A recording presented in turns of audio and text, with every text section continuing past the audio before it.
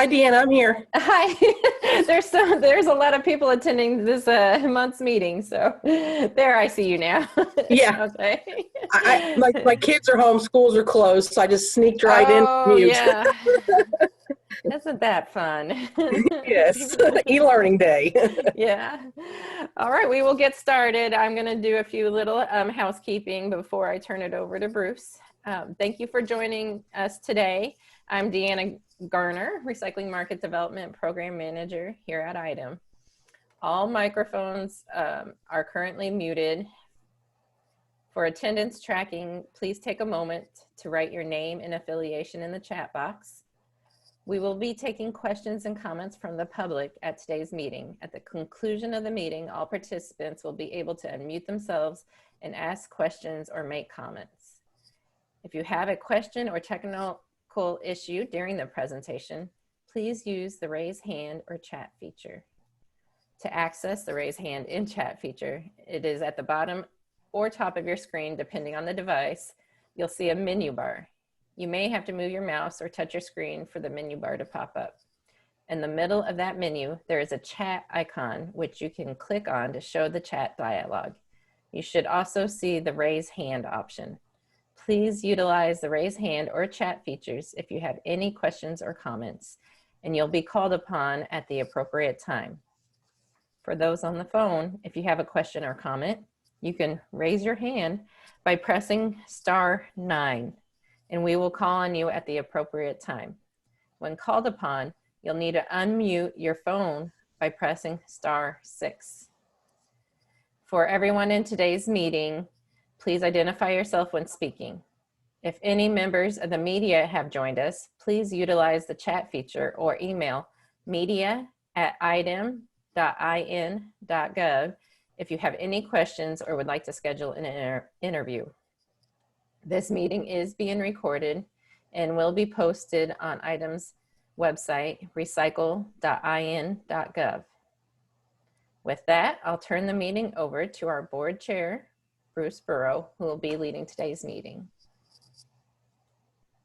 Well, good morning and thank you everyone for joining us. I'd like to call the meeting to order. It's the February 1st, 2001 meeting of the Indiana Recycling Market Development Board. And again, thank you. I know with the challenges we've grown to accept over the last 12 months in our virtual meetings, we should be getting a bit more comfortable with these. So we'll work our way through. The first item on the agenda, and we do have a very full agenda today, are the consideration and approval of the summary of the November 5th, 2020 Recycling Market Development Board meeting. Has everyone had the opportunity to review the summary of the minutes?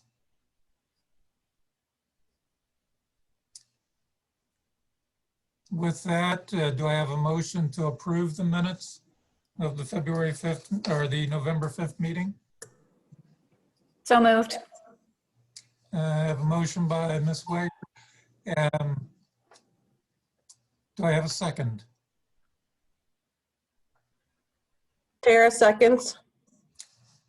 A second by Tara. Any additional discussion?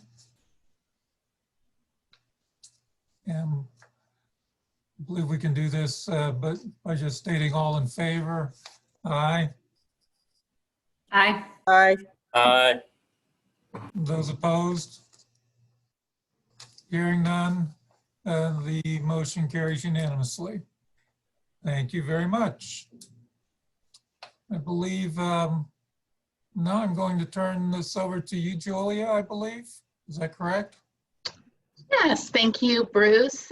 Good morning, board. We're glad so many of you can join along with so many of our guests and stakeholders. We do have a full agenda, and I'm excited for the opportunity to introduce to you our commissioner, Bruno Piggott. He will kind of share with you an overview of IDEM's big projects and priorities, and certainly talk about the things we're working on. for Bruno's benefit, we do have new board members that were appointed late in 2020, and excited for them to have an opportunity to hear directly from the commissioner. And for those of you, probably almost everyone on this call probably knows Bruno or might have heard him speak at various venues across the state. But he was appointed by Governor Holcomb in 2017 and continues to serve as our commissioner of the Indiana Department of Environmental Management. He came to IDEM in 2000 and has served in a variety of capacities in the Office of Water Quality as the Assistant Commissioner. He served as Chief of Staff for the agency, and then ultimately as the Commissioner. He's I guess a Hoosier by the grace of God. He's a Michigan native and has his bachelor's degree from Michigan State University that we all like to talk about. Me being a Boilermaker, we have some fun with that. And he has his master's degree from IU School of Public and Environmental Affairs. So without further delay, it's my pleasure and honor to recognize and introduce to you our Commissioner, Bruno Piggott.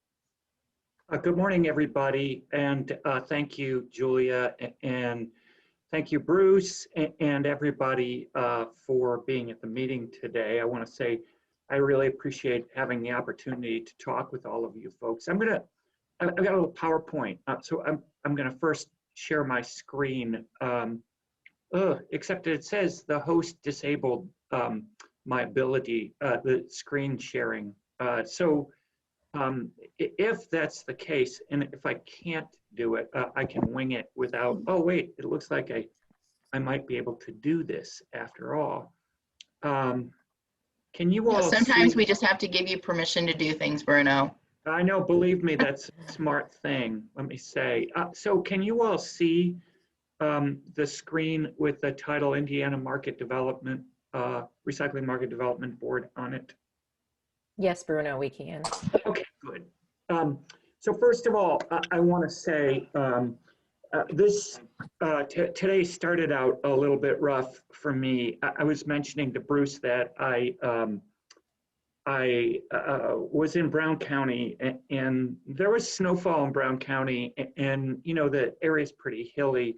The driveway I was parked in was gravel, but was covered with snow, and I really couldn't get out of the driveway at first. So I had to stop my car, get out, and shovel more. I'd shoveled last night, of course, in preparation, but so I had to shovel, and I recognized it was a little bit chilly out and snow covered. I drove up here to Indy, and it was okay. I mean, once I got out of Brown County, the roads were salted and everything went smoothly, but it was still a chilly morning. And I got up past just by the State House, and I was driving past the State House where most of the legislators turn in to park their vehicles.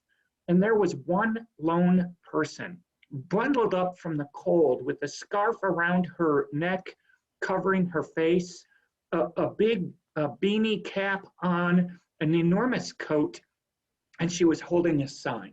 It was a big sign, and it said, "Please vote against Senate Bill 389. And I just about crashed my car because while I've worked here for 20 years, most of the stuff that I've seen, the protests, the folks outside of the Capitol building occur in nicer weather, first of all. But secondly, they have very little to do most of the time with the precise issues we're working on. But we are working on legislation. It's Senate Bill 389, and we're opposed to it. And I'll talk a little bit about that in a few minutes. But what I wanted to say was it was a really great reminder that although we often don't see it because we're working in our office buildings or we're working in our offices, the work we do is important. I mean, I know that in general.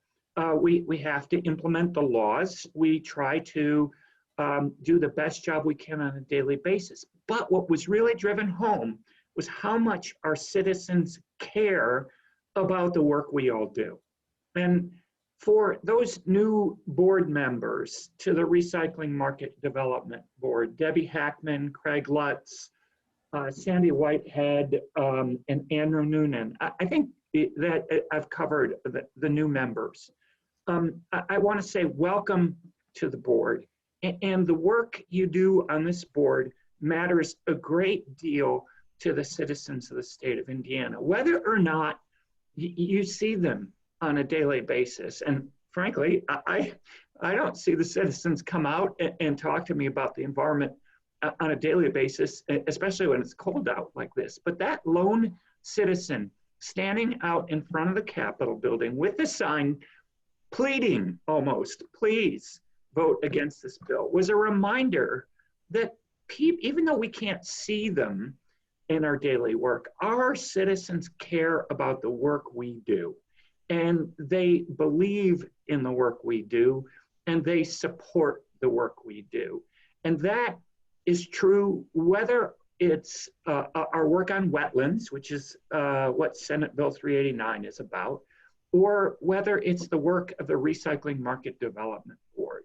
The work you do and the work we all do together is vital, it's important, and it's supported by the public. And I'm here to tell you that I saw it in real life this morning.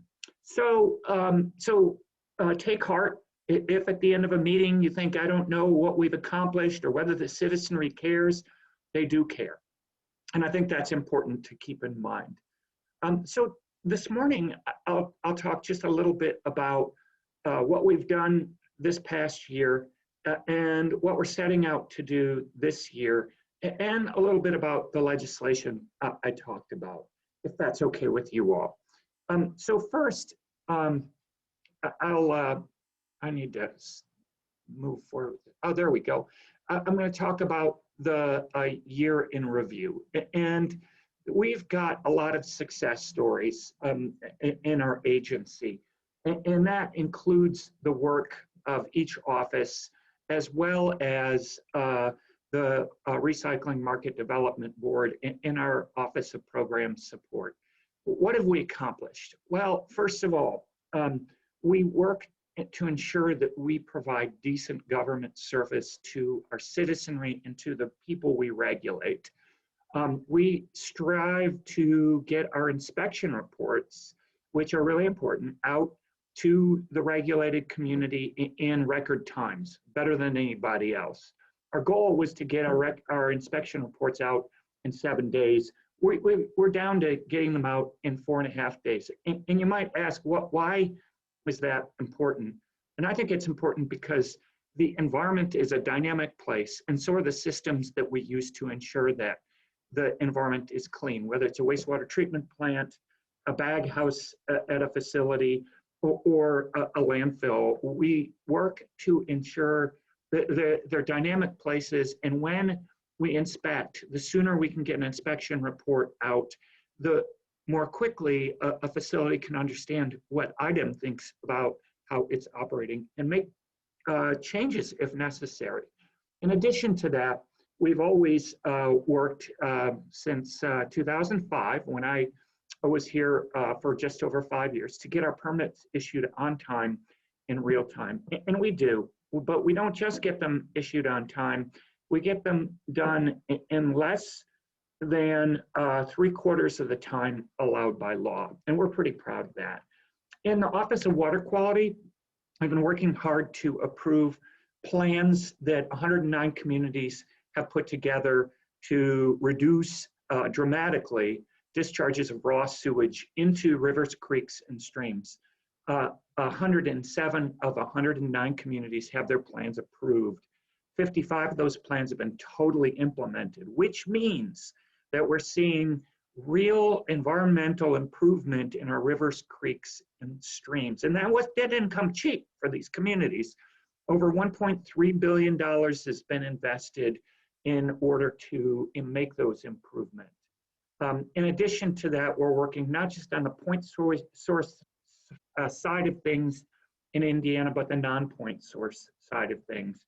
We've led the region 5, which consists of Minnesota, Wisconsin, Michigan, Illinois, Ohio, and ourselves in terms of the number of success stories that for non-point source implementation plans. 26 water bodies around the state since 2008 have been declared success stories. And we've been dredging the Grand Calumet River up north, which has resulted in real environmental improvement in a river that some would argue has been the most environmentally impacted of all the rivers, creeks, and streams in the state.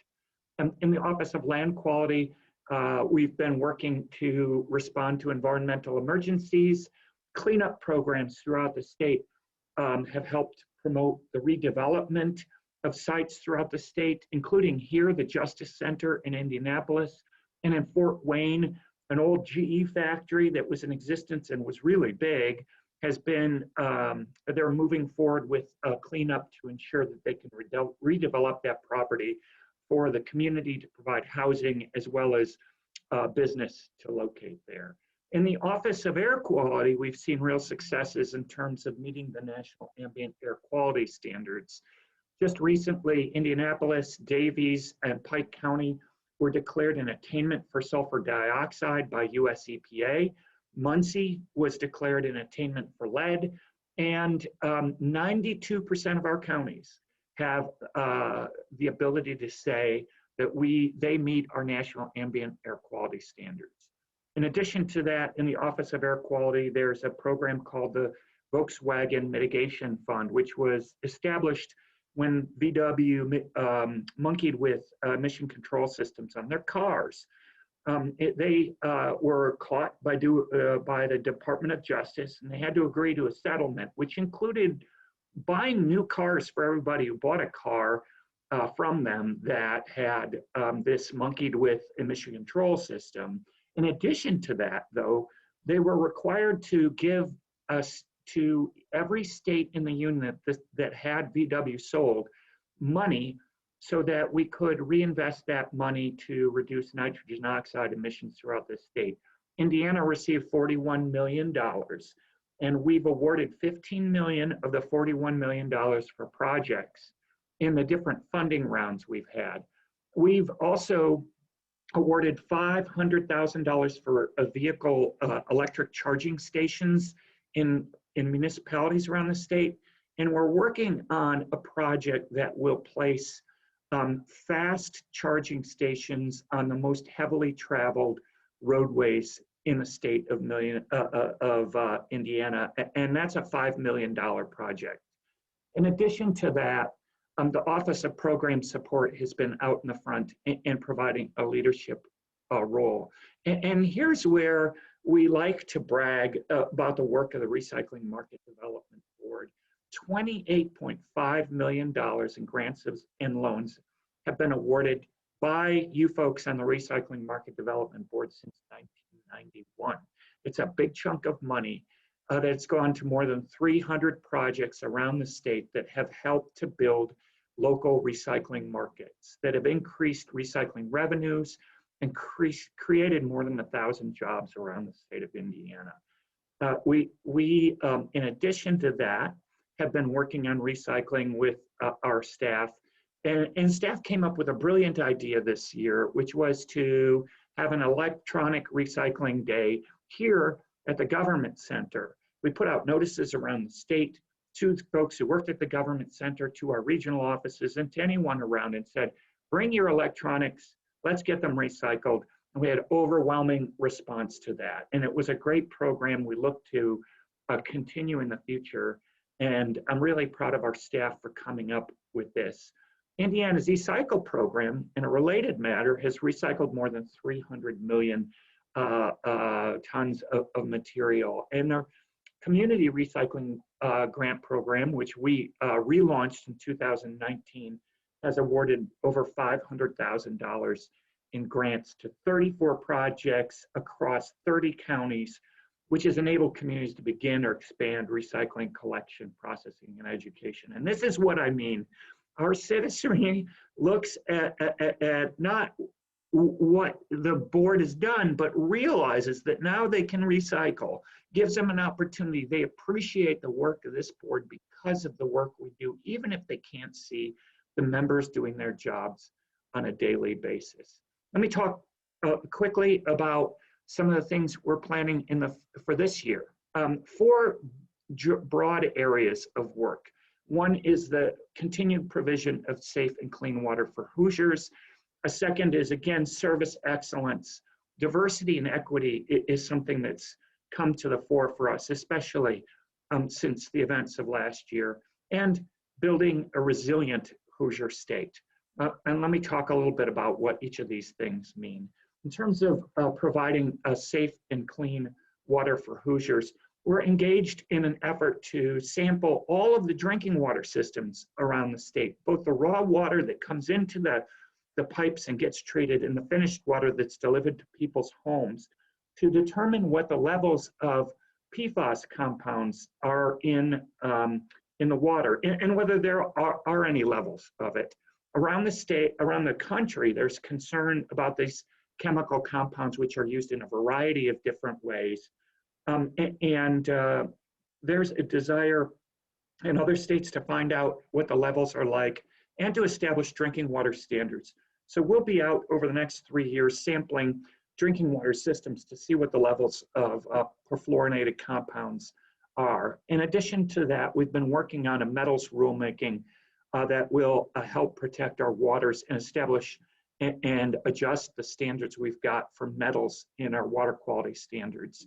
We've also had a petition that was delivered to the Environmental Rules Board that would request that IDEM conduct a rulemaking to establish recreational criteria under the 2012 EPA rules.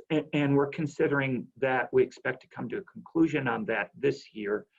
And we want to work to continue to reduce, it says reduce phosphorus loadings around the state of Indiana. That's a big effort, and it involves a partnership with our environmental community, with our agricultural community, and with other states around the Midwest. Service excellence. We want to continue issuing permits in real time. We want to continue issuing our inspections in a timely manner. We want to also create a new public entrance to the agency, one that allows individuals to see the work we do and submit permit applications and other information to our agency. We're working on that. We're starting with our excess liability trust fund. We are also working on a program with CTAP that allows us to do that sort of thing. And we're working to establish deadlines and clarity for excess liability trust fund. In addition to that, we're always looking for new things and new ways to conduct our business. One of the ways that have come up during the pandemic is that states around the country some states have conducted inspections virtually.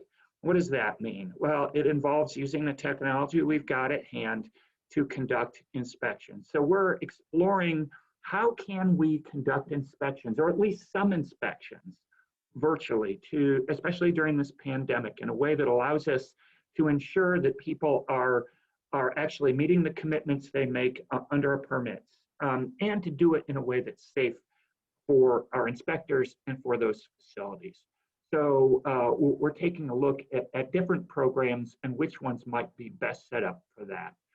Diversity and equity is a commitment that's been made by our governor. He's been very concerned after the events of this summer, and he's established a new diversity coordinator who will report to him directly and be a cabinet member. We'll be working with that new diversity coordinator to develop an environmental justice policy that brings all members of our communities to our environmental conversations in a way that works for them. And internally, we want to make progress to develop a workforce that looks like the state of Indiana. Currently, most of the professional positions we have are occupied by white people, frankly. There's not a lot of diversity in those positions. And so we're exploring ways to expand our workforce in a way that is more inclusive as well. We've been working to develop, and Julia and Bob Luker have been really working hard to develop an environmental justice map. We're working and will be working with stakeholders to get a better picture, to share it with them, to say, what are we missing? What should we include in this map? And then we want to ensure that transparency is a hallmark of our work. And we believe it is often, but we also speak in a foreign language for most people. You know, most people listen to us talk and hear these weird acronyms that we spew out and don't understand the first thing about what we're talking about. So we want to communicate in a way that people understand. I also want us to work on building a resilient Hoosier state. You've got a new administration in Washington, D.C., and President Biden has stocked his cabinet with people that are committed to climate change action. One of those people is John Kerry, who was the Secretary of State. He'll be working with other countries. But the new head of the EPA, Michael Regan, will be working on that as well.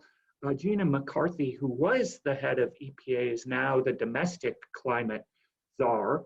And we are proud to say that one of our fellow Hoosiers will be occupying the #2 spot at US EPA, Janet McCabe, who is a brilliant woman who I was lucky enough to be able to work with here at the Department of Environmental Management when I first started for about 4 or 5 years.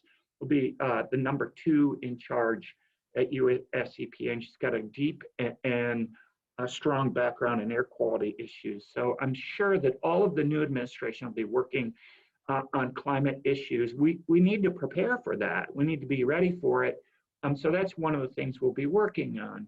We'll also be preparing the state for an electric future. Part of the being a resilient state is helping to create that electric infrastructure I talked about through the VW fund to encourage the expansion of the use of electric vehicles, which is interesting, especially since just last week, General Motors announced that by 2035, they will sell nothing but electric vehicles.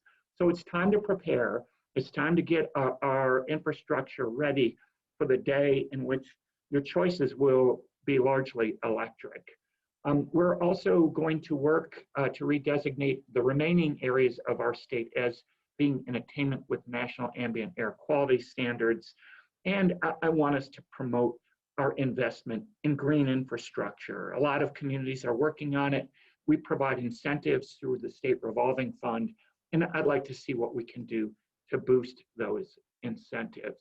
Now, what about the legislative session? First of all, typically, the agency comes forward with its own agenda for the legislative session. We have a very light legislative agenda ourselves.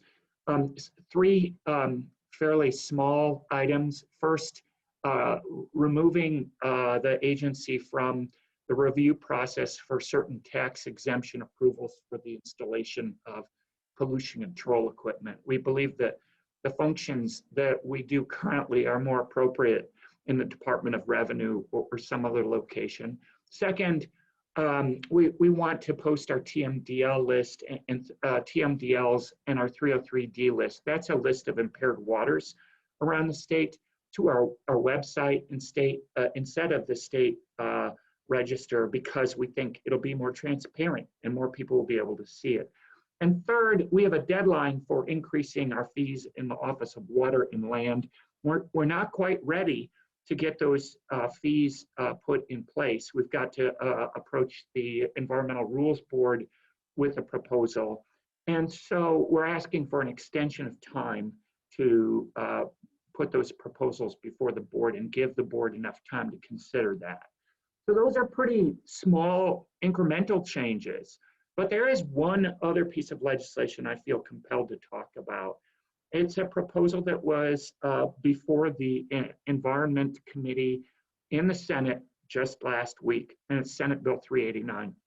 Senate Bill 389 is proposing to eliminate the state, what we call isolated wetlands program. That is to say, we have a program under state law that allows us to protect wetlands that are not protected under the federal law. Long time ago, the federal government was restricted in what wetlands it could regulate by a Supreme Court decision known as the Swank decision. And really, it kind of limited the ability to protect wetlands to those areas that were in close proximity to navigable waters. And navigable waters, it kind of broadly speaking, but you know, the functions of wetlands are many, and they aren't restricted by their proximity to a navigable water. A wetland produces a habitat for wildlife. It produces places for the groundwater to be recharged. It helps to filter the surface water that goes into the groundwater. So it helps to clean our groundwater, it helps to filter our groundwater, thus providing us with protected groundwater in the groundwater systems that serve Hoosier citizens. And believe it or not, most of our drinking water systems use groundwater as their primary source of delivering water to our citizenry. So it's really important that we preserve wetlands to help to filter those pollutants. It not just the wetlands that are regulated under federal law, but other wetlands as well. One of the most important and least recognized ways that wetlands are protected, provide protection, is from flooding. You know the story of the Grand Kankakee probably, and the marsh was one of the largest wetlands in the United States of America. And it was such a big wetland that a county was kind of bisected by it. It was so big that it ruled out the ability for many people to farm that wetland.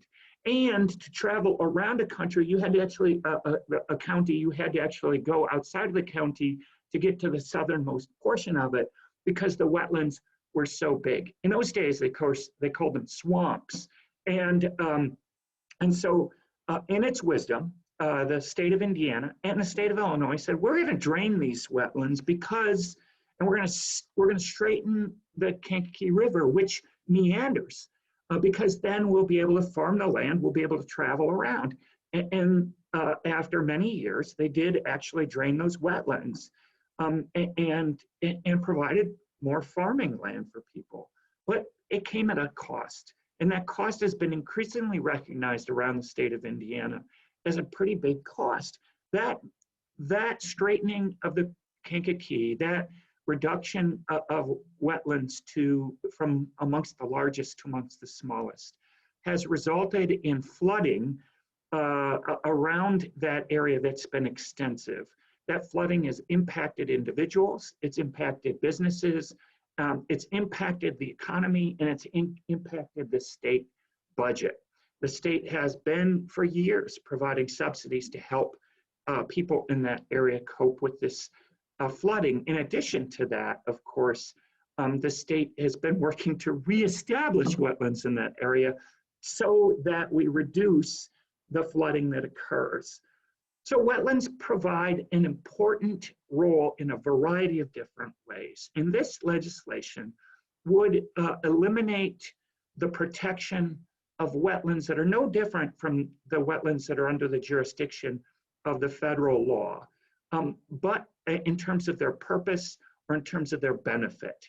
And we see this legislation as a radical piece of legislation that would endanger the wetlands that help to both protect us economically and environmentally. So we've been testifying against it, and the Department of Natural Resources has testified against it. It looks like it's going to come up for a vote in the full Senate, and it'll probably go to the House. And we are urging the members of the Senate and House to vote against it. Every year in every legislative session, there's always an issue that we face. And sometimes we feel like we're facing those alone. This morning, when I drove past the Capitol building, I saw that lone person with that sign. I recognized that citizen represented a bunch of citizens, and they didn't just represent the views of an individual issue. They represented the citizenry's appreciation for the work we all do on a variety of environmental issues, in particular, the work of the Recycling Market Development Board. So I want to just say thank you for the work you're doing on the Recycling Market Development Board. I really, really appreciate the work that you all do. And to the new members, I hope you enjoy your time on the board. I look forward to working with you in the future. And thanks for giving me an opportunity to provide an update this morning. So thanks again. Commissioner Pickett, on behalf of the board, I want to express our gratitude for you taking the time to meet with us and give us a very detailed overview of what we're working on. So thank you very much. You're welcome. And I feel it's not just an honor to do it, but a responsibility. So thanks for letting me come and do it. Very good. We might have just a couple minutes with Bruno's schedule. If there are any quick questions before we move on. Anything for the commissioner?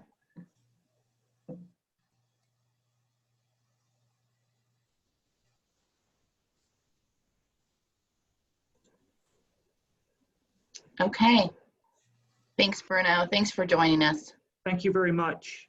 Bye-bye, folks. Thanks.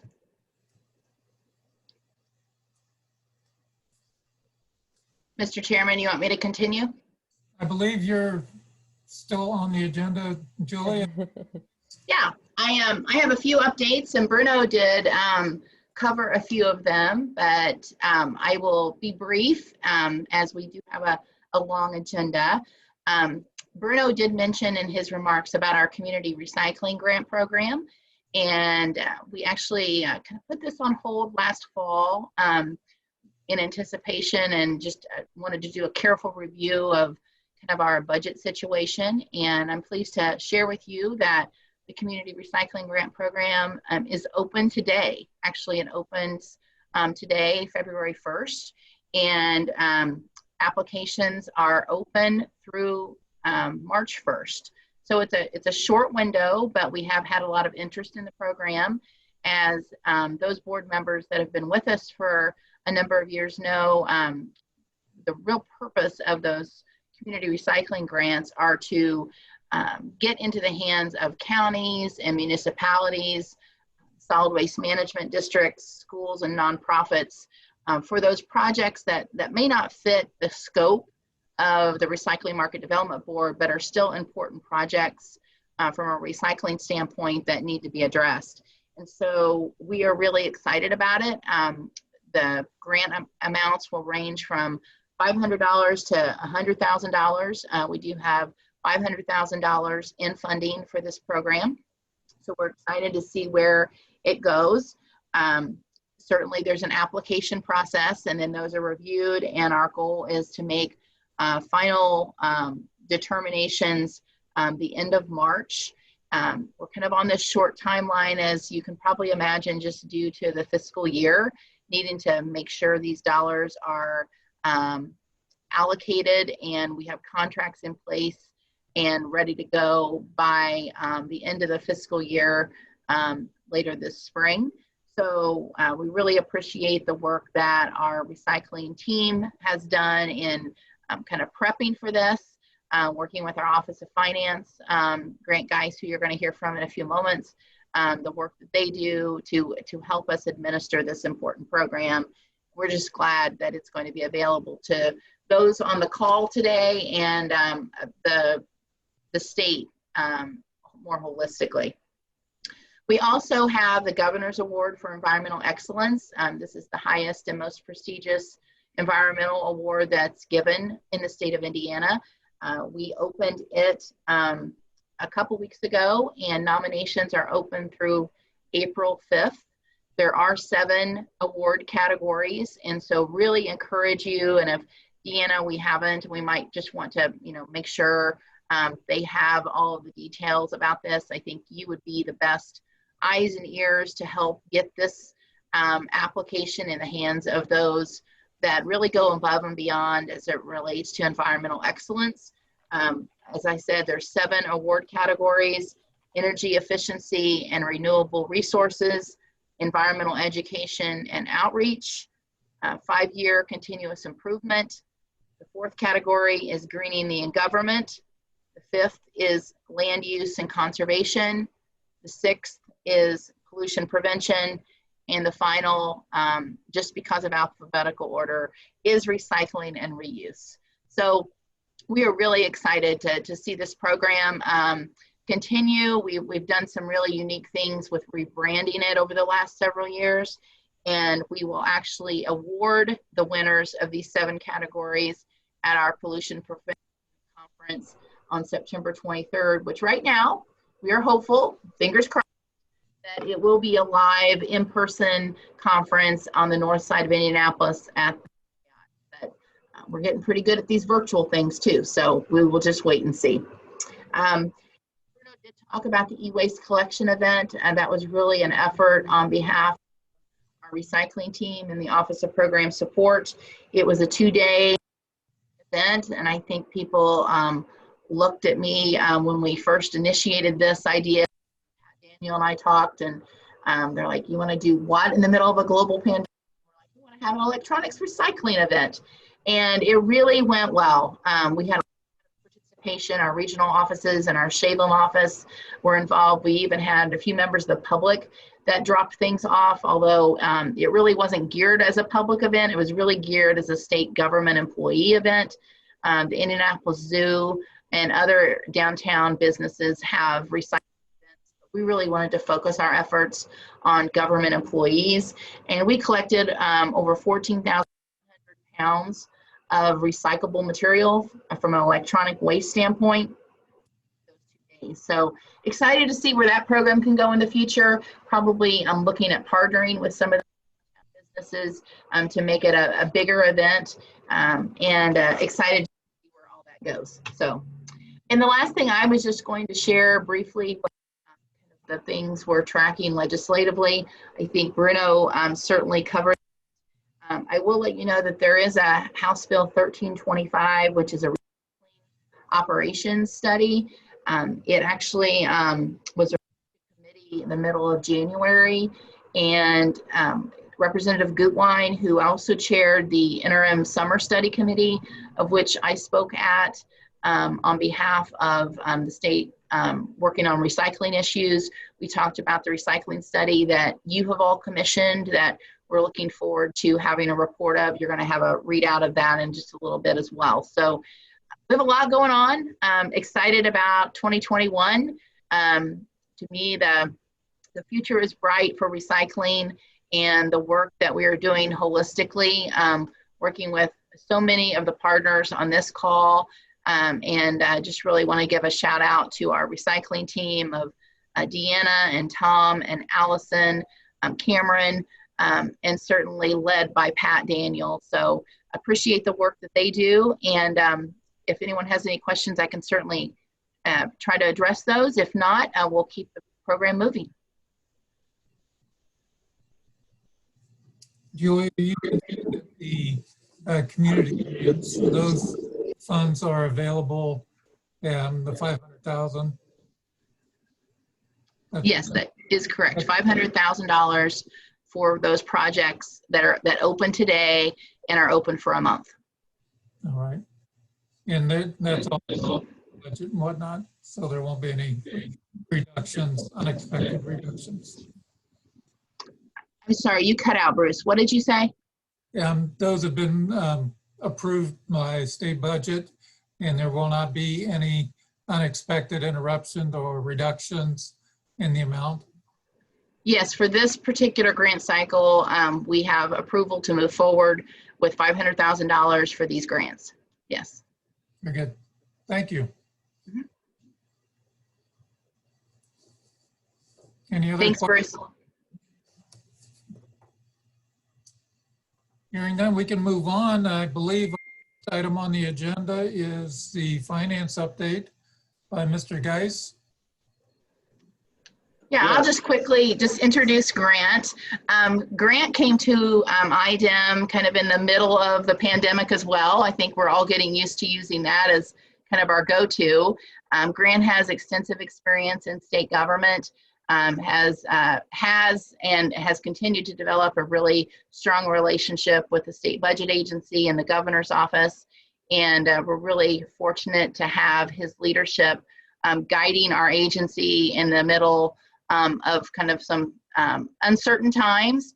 And he's been a great friend to the Office of Program Support, has been very open to having conversations and kind of reworking things that are being open to reworking issues. So I really appreciate Grant, and I think you'll enjoy getting to know him.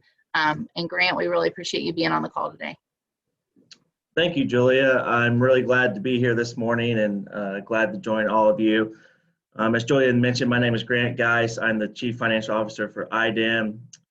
Before I started IDEM in March, I was the Deputy Chief Financial Officer for the Department of Child Services for about 18 months. Before that, I had a stint at the City of Indianapolis with the Office of Finance and Management. So I've been around financial government or government finances for about 10 years now. As Julia mentioned, I started on March 23rd for IDEM, and a day later they said, get your stuff and go home. I will say it was a great opportunity to learn names and faces as I used the Zoom calls and the names are right underneath faces. So it's a lot easier in my eyes than walking down the hallway and trying to meet somebody on the fly. But definitely a learning opportunity over the last 10 months. I'm really glad to be here. I do have a few PowerPoint slides. I would love to go through them and open the floor for questions. I will also stay on the meeting if some other questions come up towards the end. And please know that my door, phone, and email is always open. I'm happy to have financial conversations or any concerns or questions that you all may have. I'm happy to address those, if not necessarily today, in the near future. So again, I'm really glad to be here, and I'll go ahead and get started. So this is just a quick overview of the RMDP program and the revenues that go into the fund. So for some of you new individuals, as well as some of the ones that have been on the board and the committee, so about 50% per ton is what we receive from land disposal fees. And that 50% is split 25 cents, so 50-50. One goes into the RPAF fund as well as a solid waste management fund. I will say you will probably see the solid waste management fund acronym from here on out, which is SWMF. So I will say that there's a quarterly report that the land team looks at to understand what those fees are and to verify that the fees were correctly deposited by the accounts receivable team. The accounts receivable team is part of the finance team. So there is a sheet that is sent in to the AR team as accounts receivable that they use to know how to identify which type of fees we're receiving and where to deposit those fees. So as I mentioned, 50% of those fees, one part of that is distributed into RPAF, and then the other 50% is distributed into the solid waste management fund. And I'll get into, yes. Just real quick, it's easy to get them mixed up. At one point you said 50% per ton. So I just wanted to make sure everybody is clarified that 50 cents per ton, and then 50% of that goes into the RPAF. Yeah, sorry. No, that's all right. It's easy to do.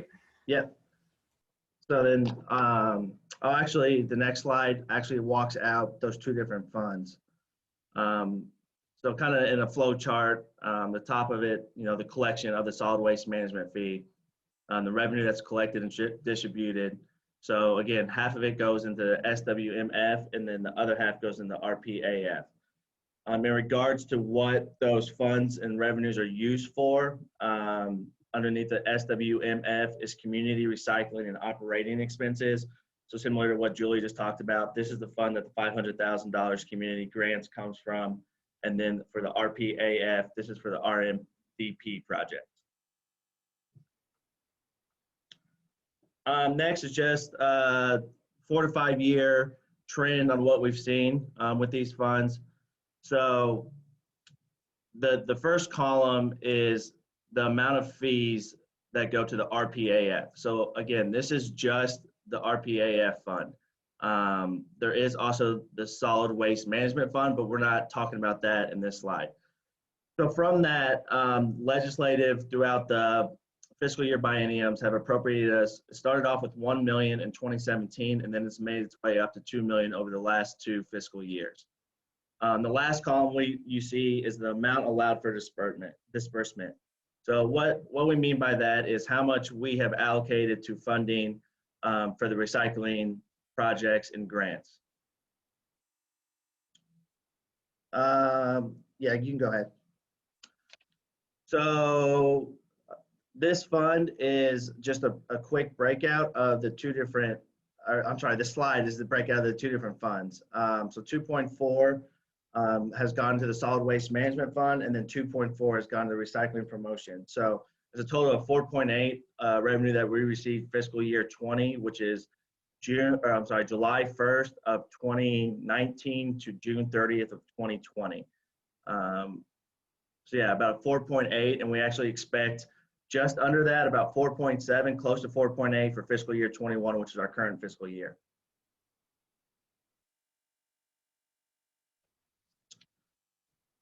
So when we talk about the Recycling Promotion and Assistance Fund, the first box is the revenue, in a sense, that we receive. That's about that 2.4 million that we showed you the slide before. With that, we are able to fund the 2 things that are on the right-hand side, which is the Recycling Operating Fund.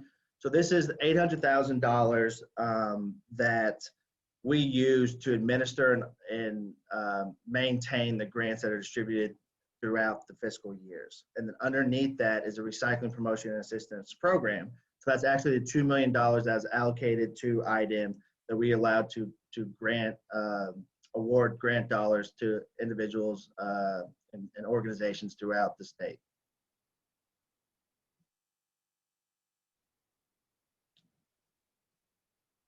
One of the last slides I will show you is the state solid waste management fee. And this is the cash balances for those 2 legal funds that we talked about at the beginning of this slide deck. And so the state solid waste management fund at the end of June 30th, 2020 was 7.8 million. And the Recycling Promotion and Assistance Fund was 14 million. So this is before we had started to budget before the fiscal year 22 and 23 biennium, which is currently in legislation right now. So this is just where we ended at the end of the fiscal year 2020 that allowed us to have the actual dollars in the bank, is what this slide shows, that these 2 different funds have 7.8 and 14.1 respectively. I will say, as we talked about this, I believe that's the last slide, but as we talk about revenue, part of the budget process is to estimate revenue that we will receive for a fiscal year as well as upcoming fiscal years. And that amount is what is used to budget for upcoming fiscal years. So just because we may receive more revenue than we originally estimated, there is a process with appropriating that revenue in order to become used for the agency. So that plays a big part in the legislative process for building biennium budgets, as well as if we're in a current fiscal year, we see that we got more revenue, we can't just turn around and use that. So we have to work with the state budget agency in order to appropriate those actual dollars. I know that was fairly quick. I would open the floor to you guys, and happy to hear any questions you guys may have. Very high level, and if you'd like to get more detailed, I'm happy to do so. Do we have any questions? Guys? Craig, this is Terry Guerin. One of the things that has concerned us for many years is the amount of money that comes in versus the amount of money that the Recycle Market Development Program gets. I don't think any of us have a problem with monies from that 50 cents that are used for operational kinds of expenses, because we realize that's a necessity. But when you look at the cash balances on the sheet that you provided, there's no excuse for that. I mean, that money's paid in to that fund by the solid waste industry to be used for the kinds of programs that you've mentioned. And I'm concerned because several years ago, there was $11 million of a cash balance that was taken by state government, by the governor, a previous governor, to meet state general fund needs. And certainly don't want to see that happen again. And one of the ways to keep that from happening again is to take that money and use it for what we think it ought to be used for, and that's for grant monies. So we've been struggling along here with $1 million a year now for several years, as can be seen on your charts. And I know it's not your problem or your responsibility. It's the legislature. You know, so we have legislators that serve on this board that are good at going back and asking for more money, but we never get it. And so it's just kind of it sticks in my craw, for one, that we get only $1 million a year when we have good uses for it. And that's just a personal opinion, but I think it's shared by others on this board. I appreciate that.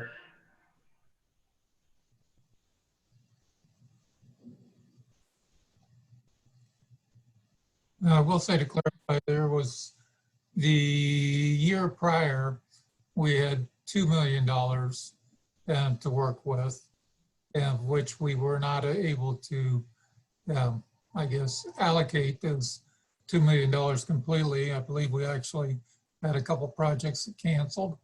But, you know, we're always grateful for, you know, the work our representatives do, and our Senate group that we have on that partake in the board meetings, what they do to work with budget to get as much money allocated as possible. But for those of us in the industry, and we all support Terry's question, if you will, and knowing that the funds are still in the bank is reassuring. We appreciate that. Yes, and I appreciate that and all the concern. I will say that that was before my time, but you know, that doesn't matter. It still affects IDEM as well as some of the organizations you all represent. But I will say that any unspent dollars do currently revert back to the fund balance. So to your point, there are $2 million allocated. If we do not award that amount, the unspent dollars do go back to their respective funds. So I wanted to make that a point, as at times, even from coming from a state agency, it's concerning of understanding where those dollars go, but these dollars do revert back to their respective funds, any unspent dollars. Does anyone else have any questions for Mr. Geis?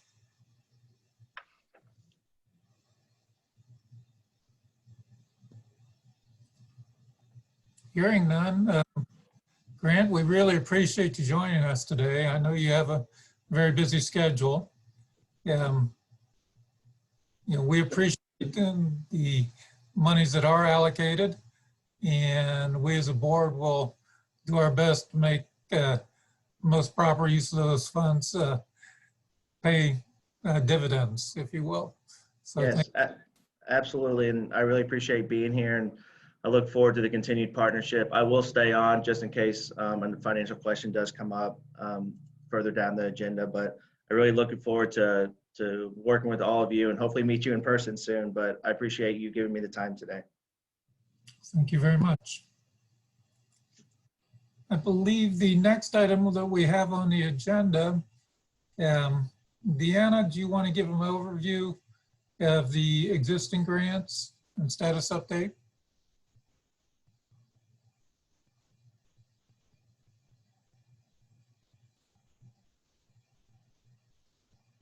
I believe you are muted, Deanna. Thanks, Bruce. It's not a Zoom meeting if at least one of us starts talking while we're still muted, correct? Right.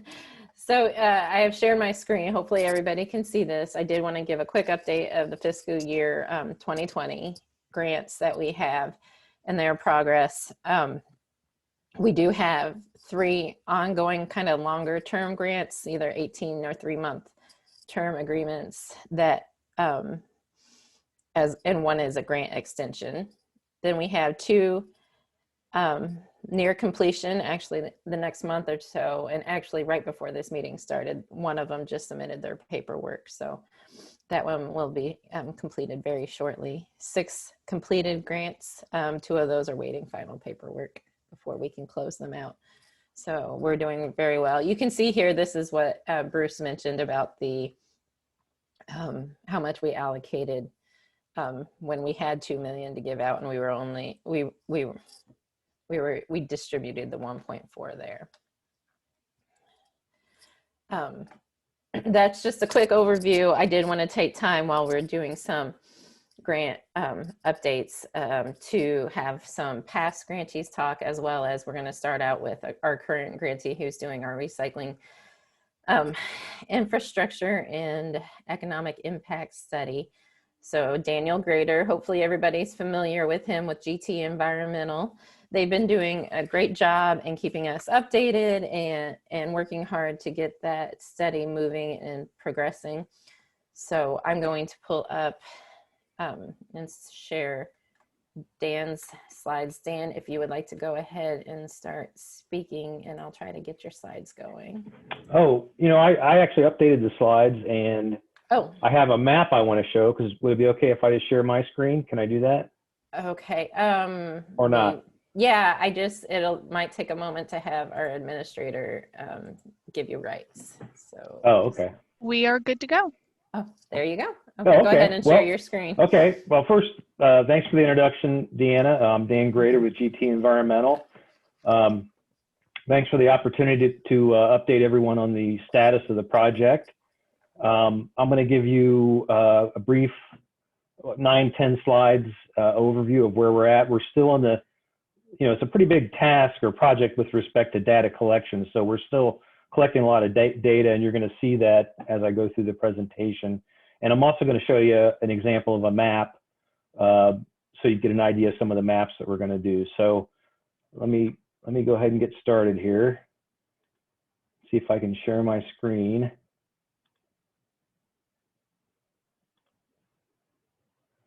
Okay, can everybody see that? Yes. Okay. Okay, so let's see. There we go. Okay. All right, so yeah, just a brief agenda for the presentation.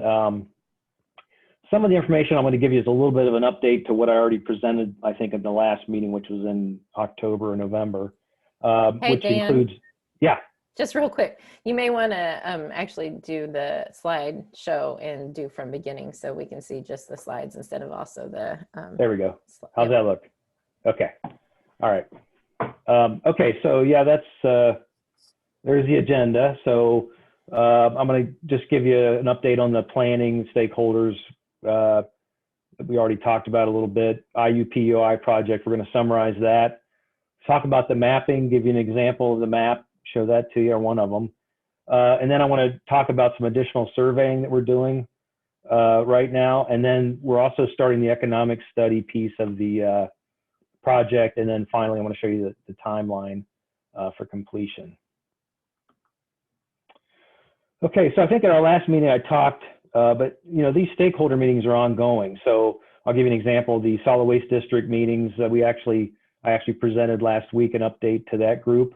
So the stakeholder engagement was initially at the start of the project, but continues. Of course, the IRC annual meeting, we're part of that. I think we'll be working more with IRC as we get the report more finalized for their review. And then I'd also like to talk to IRC about reaching out to some of the end users as well. So I know that Alice and I had talked about that a little bit. And then AIM, that's the advancement for the Indiana municipalities. That's a group that we just started talking to a month or two ago. And they've been very helpful in helping us get data from the communities. The Indiana Manufacturing Association, I'm still trying to finalize the details on that, and I hope to do it very soon. What the intent there will be to, I'd like to engage their membership in some webinars where we talk about the project and encourage their participation in the data collection. So I want to get that, hopefully get going very soon. And then ReTrack, we had some initial discussions with them in the summer, and then I just recently talked to them again. They have a municipal data program where they collect data, or they allow municipalities to participate in reporting information through their ReTrack program. Unfortunately, not a lot of Indiana municipalities are participating in that, and that might be something that certainly that we can talk about in the report, you know, maybe as a recommendation or an opportunity. So, okay, so just, I know I talked a lot about this last time, but I want to summarize, you know, where we're at with the IUPUI students.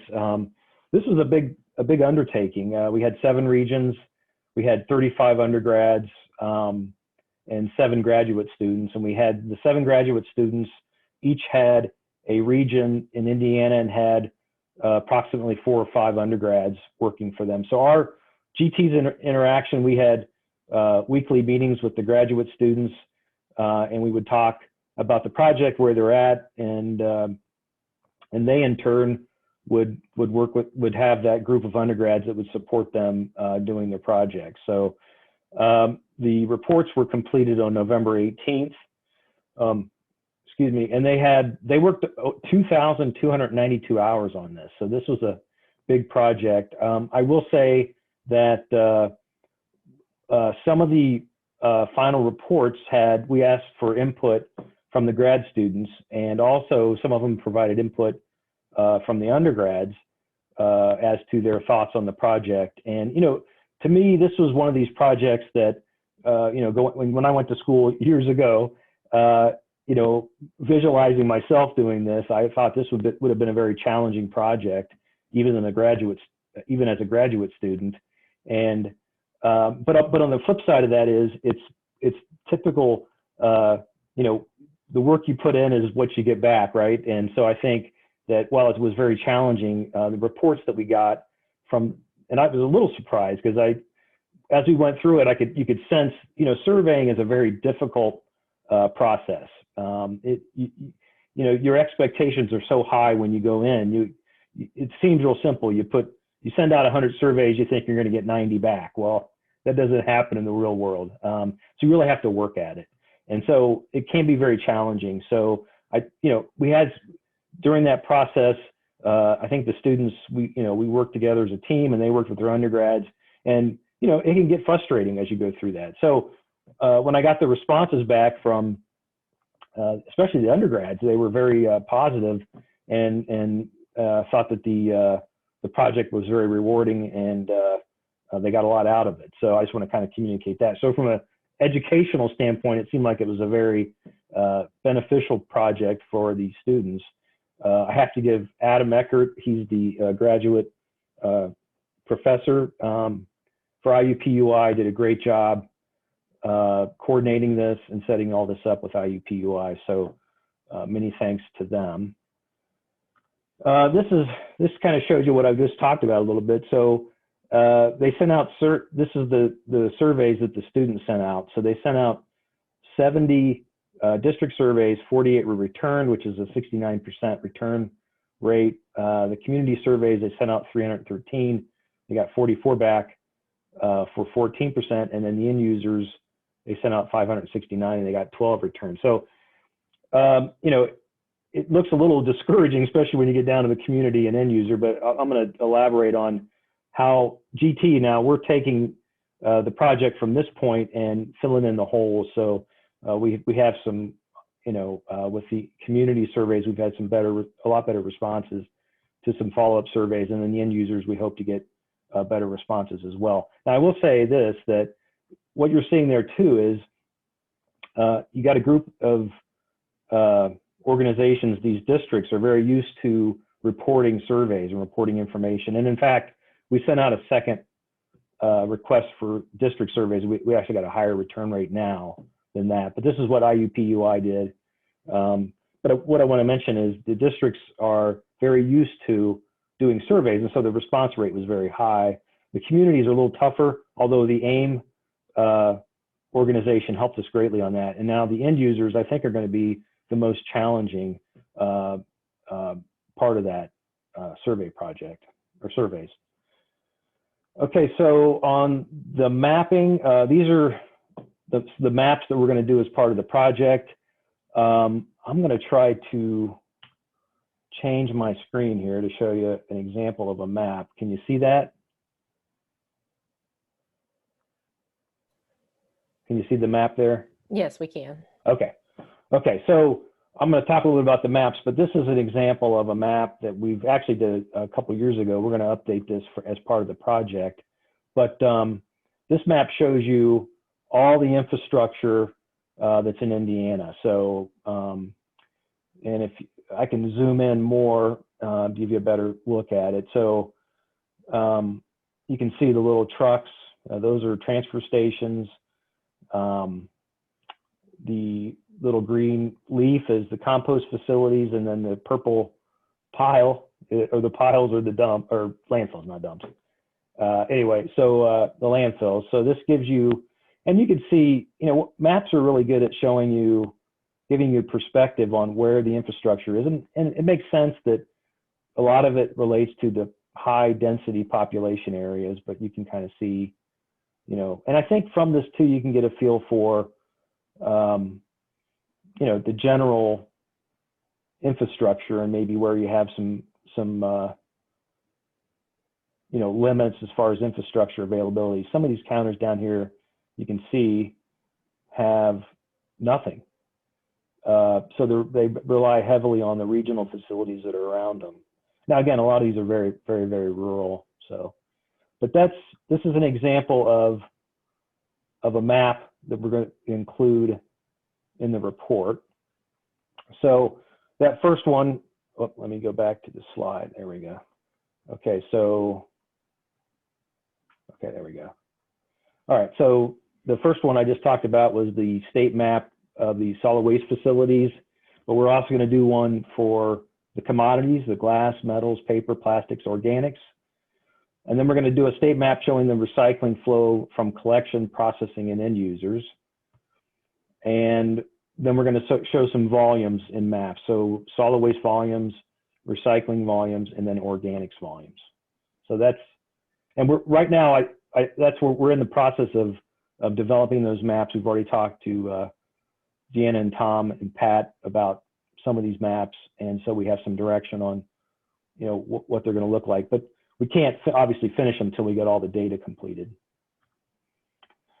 Okay, so I mentioned some additional surveying that we're currently doing now. So let me explain this slide.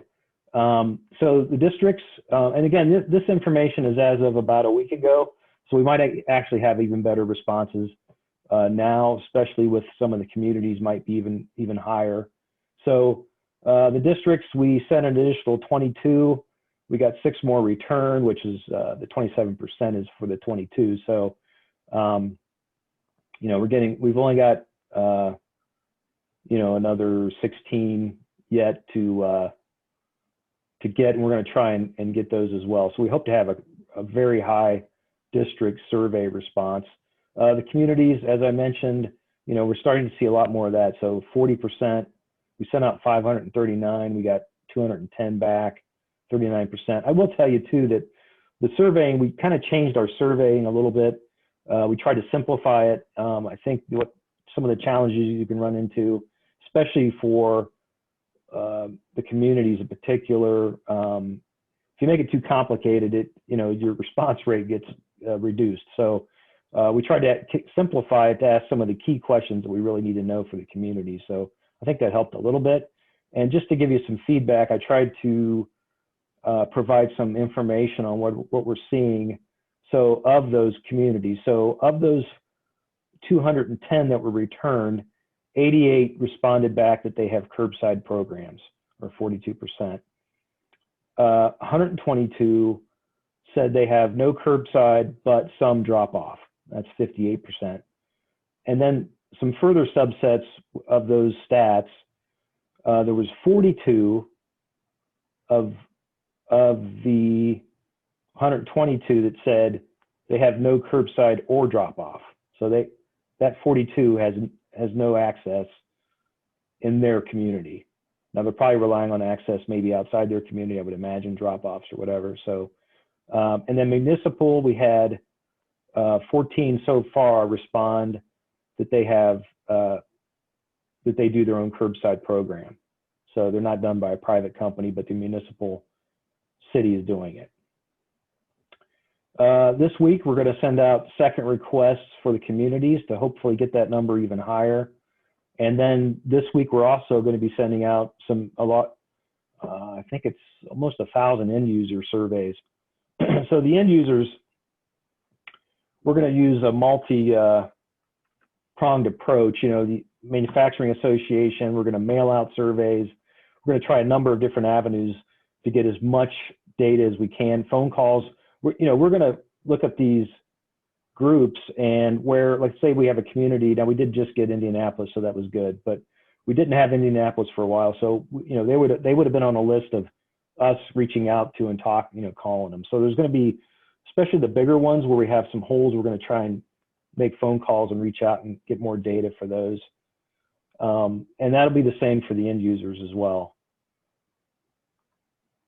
Okay, so the economic analysis, we've been working this last month or so with the Indiana University Public Policy Institute. They're the ones that are actually going to do the M-Plan model, which will take the data that we give them and calculate the economic impact of recycling on the state of Indiana. So, Indiana, the PPI Institute has a lot of experience in using this model, and so we've been working with them to help them set that up. And we also have been working with them because we wanted to identify exactly what they need with respect to the collection, processing, and end user information to make that M-Plan model function with a higher degree of reliability. So, we've isolated the surveys and what we need to do. We're using NAICS codes to identify the companies, and so we're starting that process this week actually to start gathering that data. Yeah, and I think I mentioned, we're gonna request data from all the companies, and we're gonna focus with the M-Plan model. They recommended that we not only try to get the bigger ones, but also a random sample of the smaller ones and medium ones. We're going to try to really get a good response rate for those as well. And then I mentioned the IMA, when I say Teams meetings or Zoom, whatever it is, I think we want to set up some webinars with them where we're actually, as a GT, we're going to invite their membership to participate in the survey, but also attend, brief webinars so we can explain to them the benefits of the survey, and also how to fill the survey out.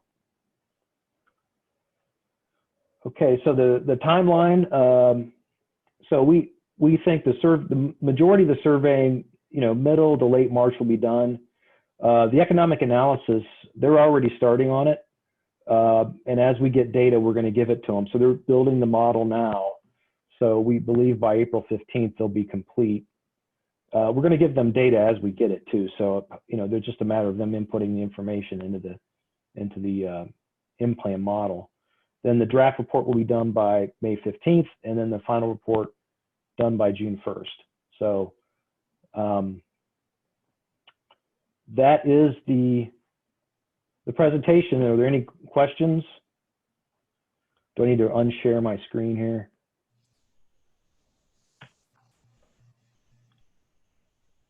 Any questions from any of the board members? Or anyone else that may be on the call?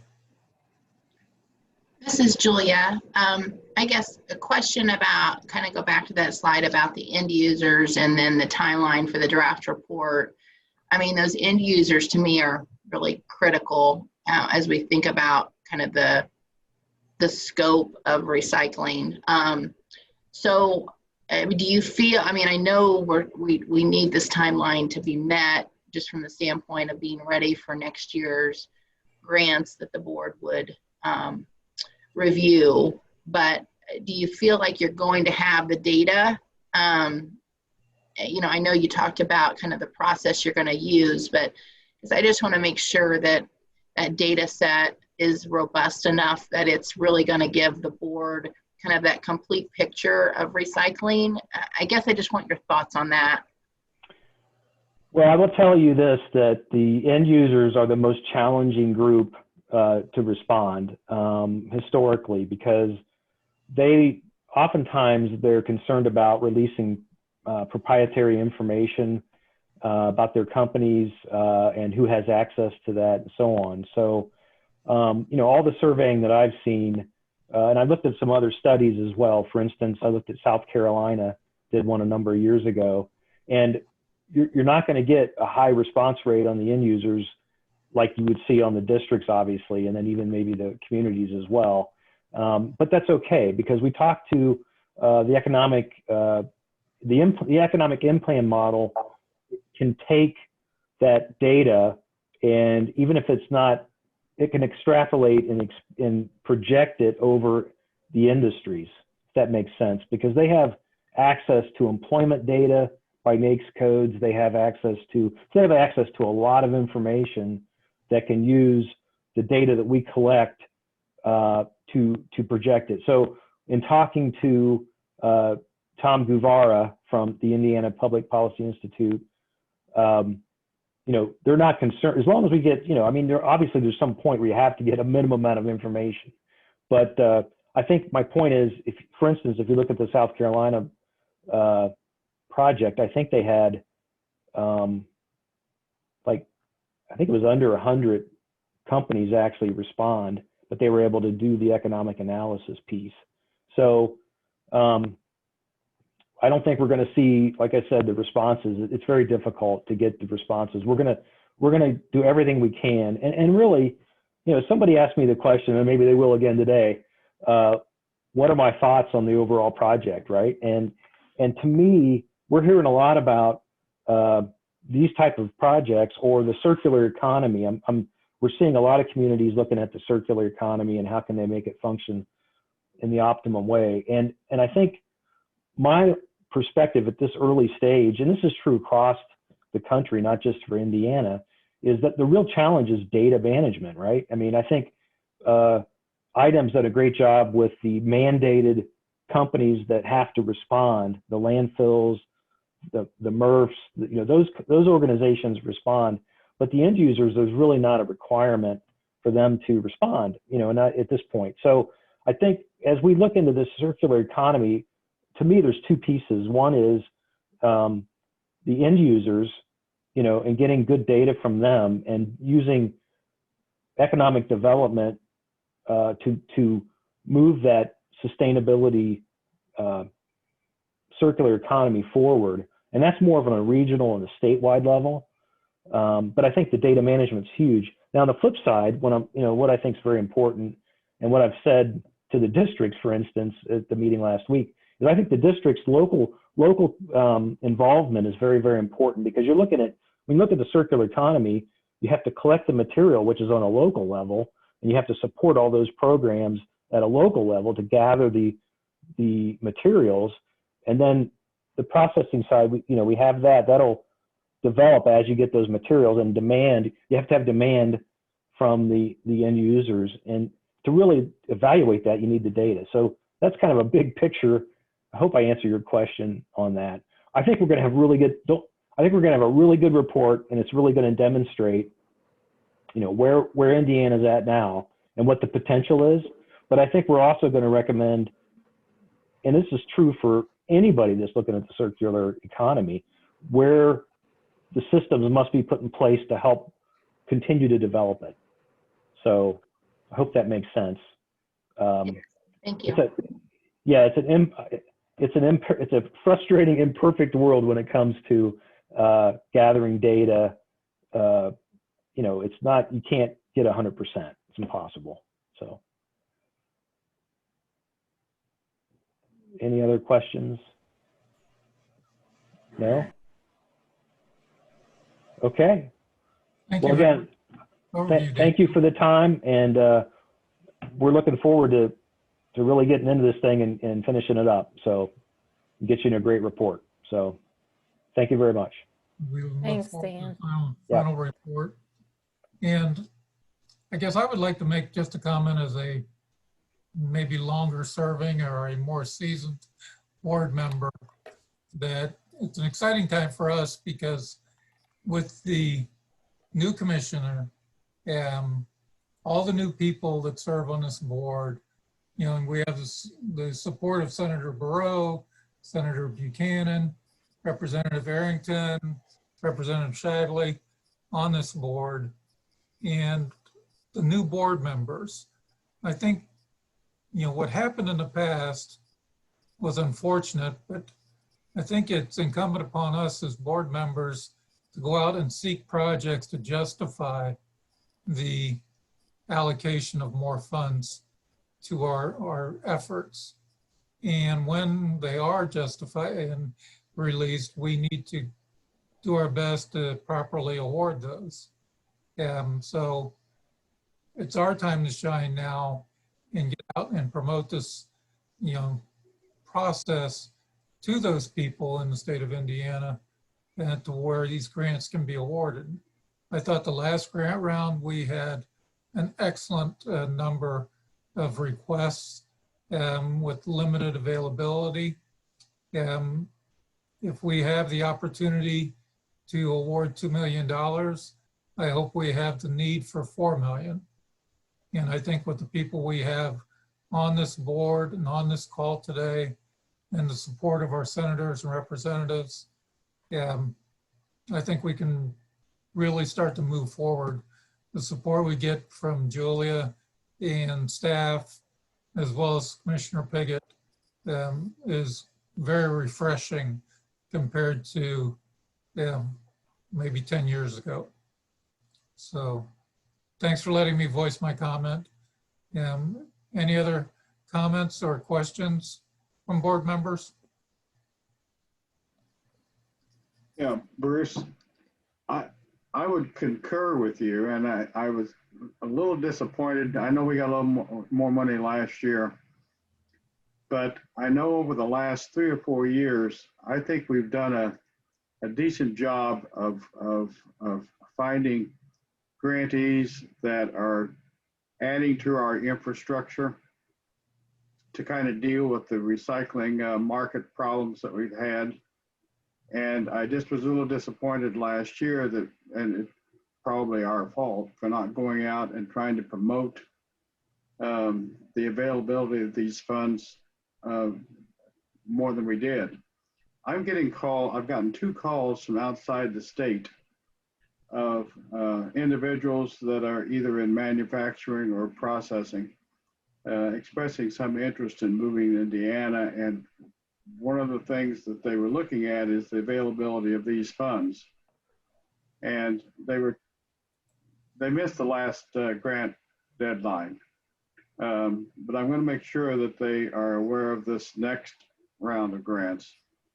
But I think maybe we need to do a better job of going out there and trying to seek people or letting them know that this money is available, because the infrastructure is direly needed. And I think we need to do a better job on that. And I agree with you. We've got a good board. You've had good legislative support. I don't think I'll ever get over that cash balance issue, though. So I've been on here for a long time, and I'll continue to harp on that. But anyway, I think we need to do a better job of marketing this program. Thank you, Terry. Any other Hey, comments? I have a quick comment just about the circumstances around last year's. Without a doubt, any help I get from the board to promote our grants is fantastic and greatly appreciated. Last year was a funny grant round, right? Because right as we were getting ready to start launching it is when the pandemic hit, and we didn't know what the funding was looking like. The state was being asked to, you know, put in some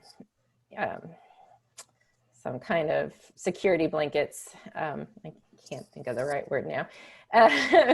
But, you know, to do some revisions, put in some security blanket reserves. There we go. And so we didn't know if we were going to get the 2 million. We didn't know if we get 1 million. We were very fortunate to get the 1 million. And, but at the same time that we got that 1 million, we still weren't sure that was guaranteed until we awarded them. Because if there was additional budget hardships to the state budget, they could have taken a look at that a second round. So we didn't outreach to as many grantee or not grantee potentials as we have in the past. And that was just because it was such a unique circumstances around last year's grant round. That being said, I know this is going to be a great grant round this year. And that we're all gonna, I think Bruce hit on it when he said this is our time to shine. People are really pulling around the circular economy, as Dan mentioned as well. We have this great opportunity of grant funds that we need to offer. And when we really show that need and award these great grants, hopefully we can even increase that amount that we're dispersing above that 2 million. So. Thank you, Deanna. Any other comments or questions? Questions from our new board members?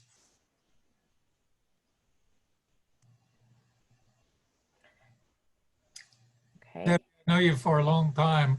I'm sure you have to have a question.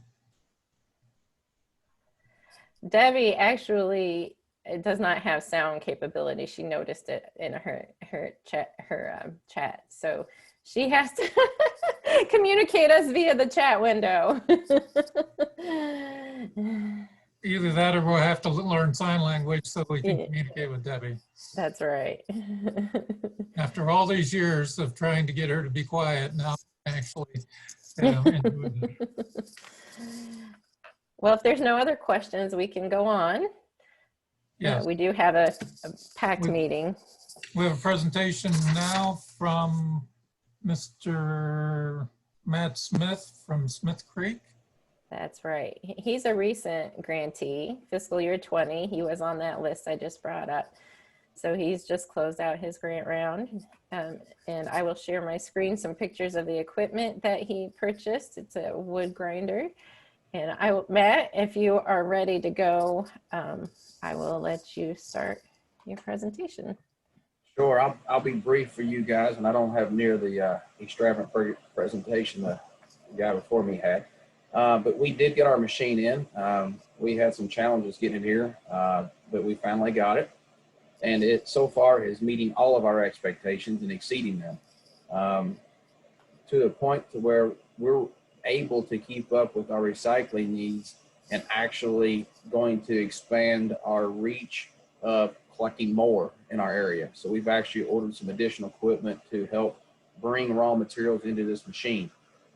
Two of the things that we really focused on this machine was an impact release system, which is a new design of these type of machines that will allow it to be a little bit more forgiving whenever you hit a piece of metal or foreign debris, which is very common whenever you are taking pallets and scrap wood and crating and grinding it down. People forget to take off some of the bracketry that's on it, and or occasionally they'll forget to take the piece or the part out of the crate even, and we end up hitting it. So this machine has a system that is much more forgiving than older designs, and it has allowed us to reduce our downtime significantly to where we're able to produce more in a day's time. Therefore, we're going to actually increase the amount of material that we're taking in at our yards. In addition, you'll see in the picture there the bucket on the end of the excavator. The machine was taking material so fast we could not feed it with our older methods. So we actually had to purchase a bucket that gave us a little bit more flexibility. That bucket's called a crypto claw, and the advantage that bucket gives us is that when the thumb comes down on it, the same amount of pressure will stay as you rotate the drum or the bucket all the way around in its whole motion, which is different than most excavators. And it allows us to more precisely feed the material into the grinder. we are getting significant calls lately to recycle what I'm going to call dunnage. Manufacturing's up. So pallets, crating, any type of special packaging that's made out of wood that normally can't be recycled, we are getting calls from people left and right to get them recycled through this machine and some of our products that we have on the backside. So it's done very well for us, and it's met all of our expectations. I don't have a whole lot more than that. I want to leave some time for questions for you guys. What can I answer for you? Matt, on this machine, you're talking about recycling and packaging and dunning. Does it have a magnetic separator on it? Good question, Bruce. This machine actually has two, which is a little bit unique. You have a head pulley magnet, which is very typical. If you look at the discharge conveyor, you'll see a chute underneath of this. That's typically where metal would slide down and you put it into a dumpster. But if you look at the control panel, there's a big white control panel on your screen toward the right-hand side of the track. Right above that is a big overbelt magnet. So we're actually collecting metal from top and bottom on this, and there's actually a chute on the machine that holds the metal. So instead of the metal just going on the ground, which is a problem to clean up, it actually goes into a chute that we can collect the metal a couple times a day in our loader bucket. It's worked out very, very well. This is also a new design for these type of machines. Now, is it collecting virtually 100% of the metal, Matt, in your product, or is there still maybe 5% that gets through? My guess on the first pass, Bruce, we're collecting 80%, and then we always process things twice, so it's probably getting 80% on the second pass as well. Therefore, by the time we do that twice and it goes into our bedding process, which has several more magnets in it, we don't have a lot left. Interesting. They're getting it all out at the very end, but it's when we're complete with our process, it's probably running across 6 different magnets. Great. This is Julia Wickard. Sorry, I have so many questions. But my question is, I'm a beef producer. I was asking Deanna earlier. And so we're always looking for animal bedding. Is your product capable to work in agriculture? Almost 100% of our product goes to agriculture. The product that's coming out of this, most of it is going to go into poultry industry in the state of Indiana. We do have products that we do sell for cattle bedding, but it would not be ones that generally went through this machine. Okay, and then is it under roof? So due to elements, weather conditions, or, I mean, it's capable of being loaded and transported? All of our materials for bedding are stored under roof so that the moisture content stays down where it needs to be so you don't get disease growing in the bedding. Okay, I will be in touch. Yeah, with both, that is both with beef cattle or dairy as well as poultry. But poultry by far is the largest for what we do. Most people don't realize that Indiana is a large poultry state. Yeah, we're #1 in poultry. So yeah. Thank you. I'll be in touch. Yes, ma'am. Matt, just so people have a clear understanding, how many trailers do you have on the road at any given time hauling product? We have between 375 semi-trailers today. And we just put this morning, we're going to put another 10 on. So we're pushing 350 to 400. There's a significant amount of material that's being recovered and shipped either within the state or out of state every day. So thank you very much. You're welcome. And real quick, and maybe I didn't catch it, but did you tell everybody where you guys are located? We have 2 manufacturing facilities in the state of Indiana. One of them just outside of Borden, Indiana, actually in Greenville. And the other one is just north of Evansville, Indiana, in a small town called Buckskin, which is just south of Oakland City. And then we have 2 collection yards in Louisville, Kentucky.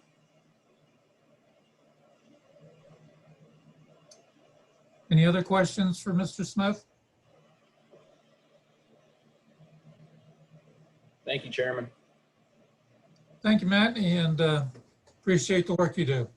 You're welcome, sir. Thank you, Deanna, for all your help. And Thanks, Matt. the next present we have is from Plastic Recycling Incorporated, Mr. Fred Reed. Yes, I have asked Fred Reed to give a little bit of talk. If the board remembers, we've actually awarded plastics recycling 2 grants in the past. So they're a little bit not more recent of our grantees. So they have some time, a year or so, year and a half, with the last piece of equipment that we helped them fund.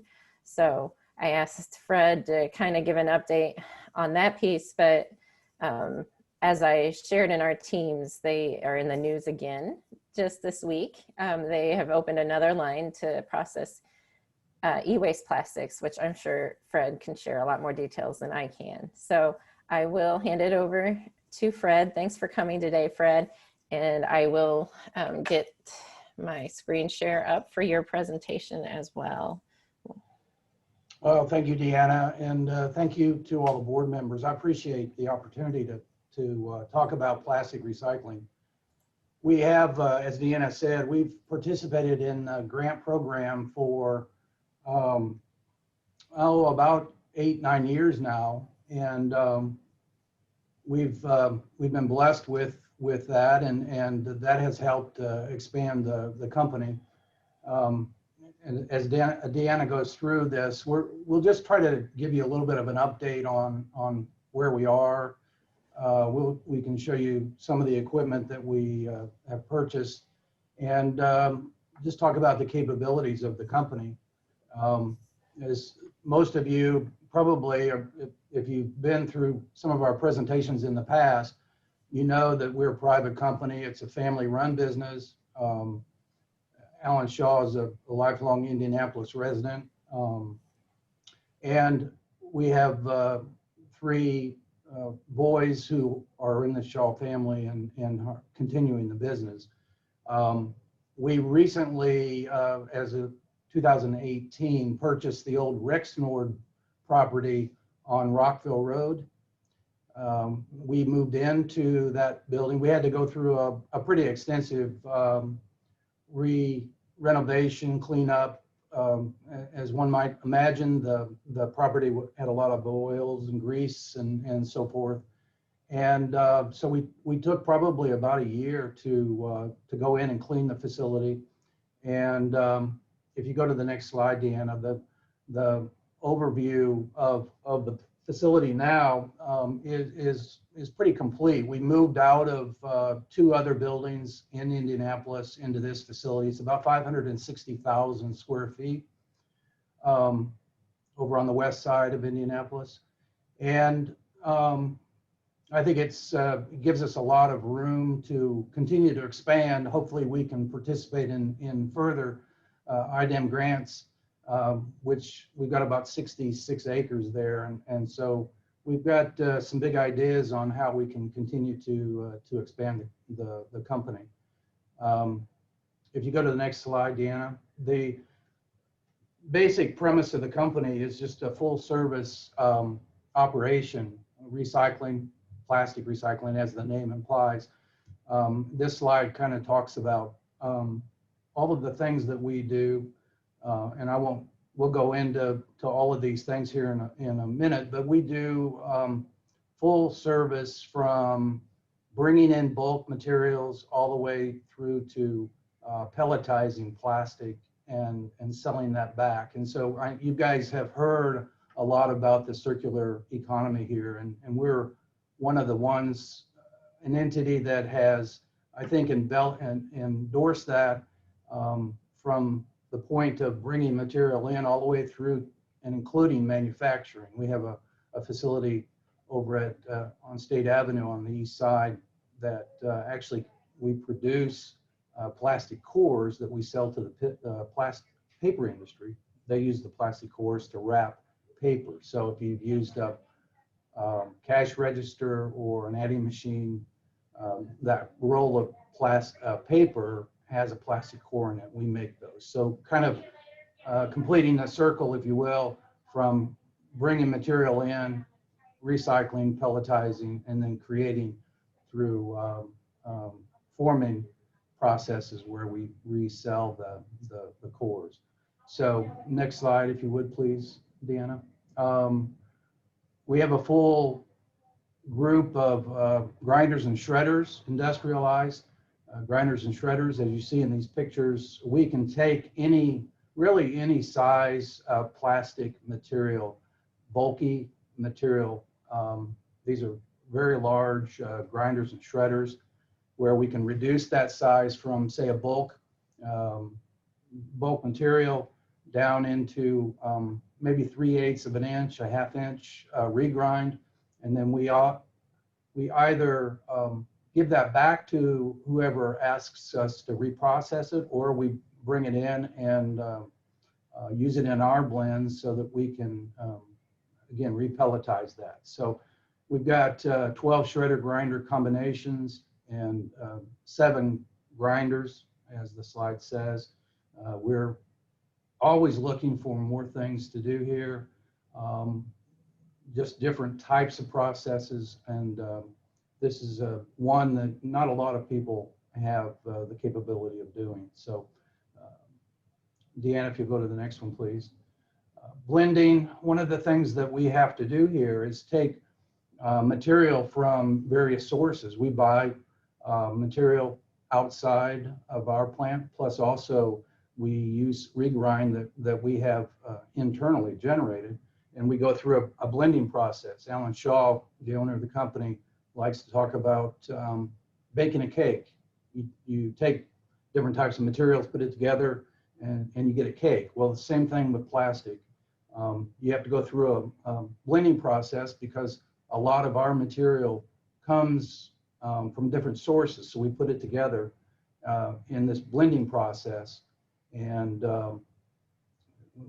one of the things he talks about also is that, you know, we're a pretty customized process. We don't put a lot of material on the floor ahead of time. We're a job shop, basically. We take material that our customers ask us to do based on the type of material, whether it's polystyrene, polypropylene, polyethylene, the color of the material, the hardness of the material, and how quickly or what temperature it melts. So those 4 things drive how we make this blend and use these facilities that you're looking at here. Next one, Deanna. Extrusion, the compounding area. We've used several of the grants to expand our extrusion, our compounding area. This is where we actually melt the plastic.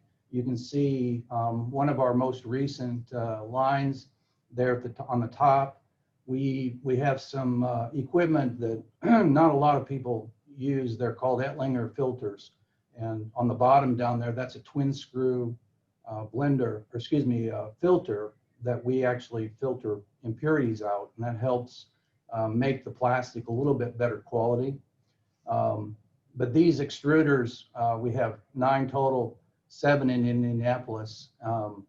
Those extruders do different things, be it polystyrene, polypropylene, polyethylene, and some are single screws, anywhere from say 6 inches up to 10 inches, or they could be dual screws that are a little bit smaller, but they help take moisture out of the product. So we can do different things and create different types of products for our companies. And this is the majority of our business. Probably about 80% of what we do comes through the compounding line. So we create a pellet and sell that back to plastic manufacturers.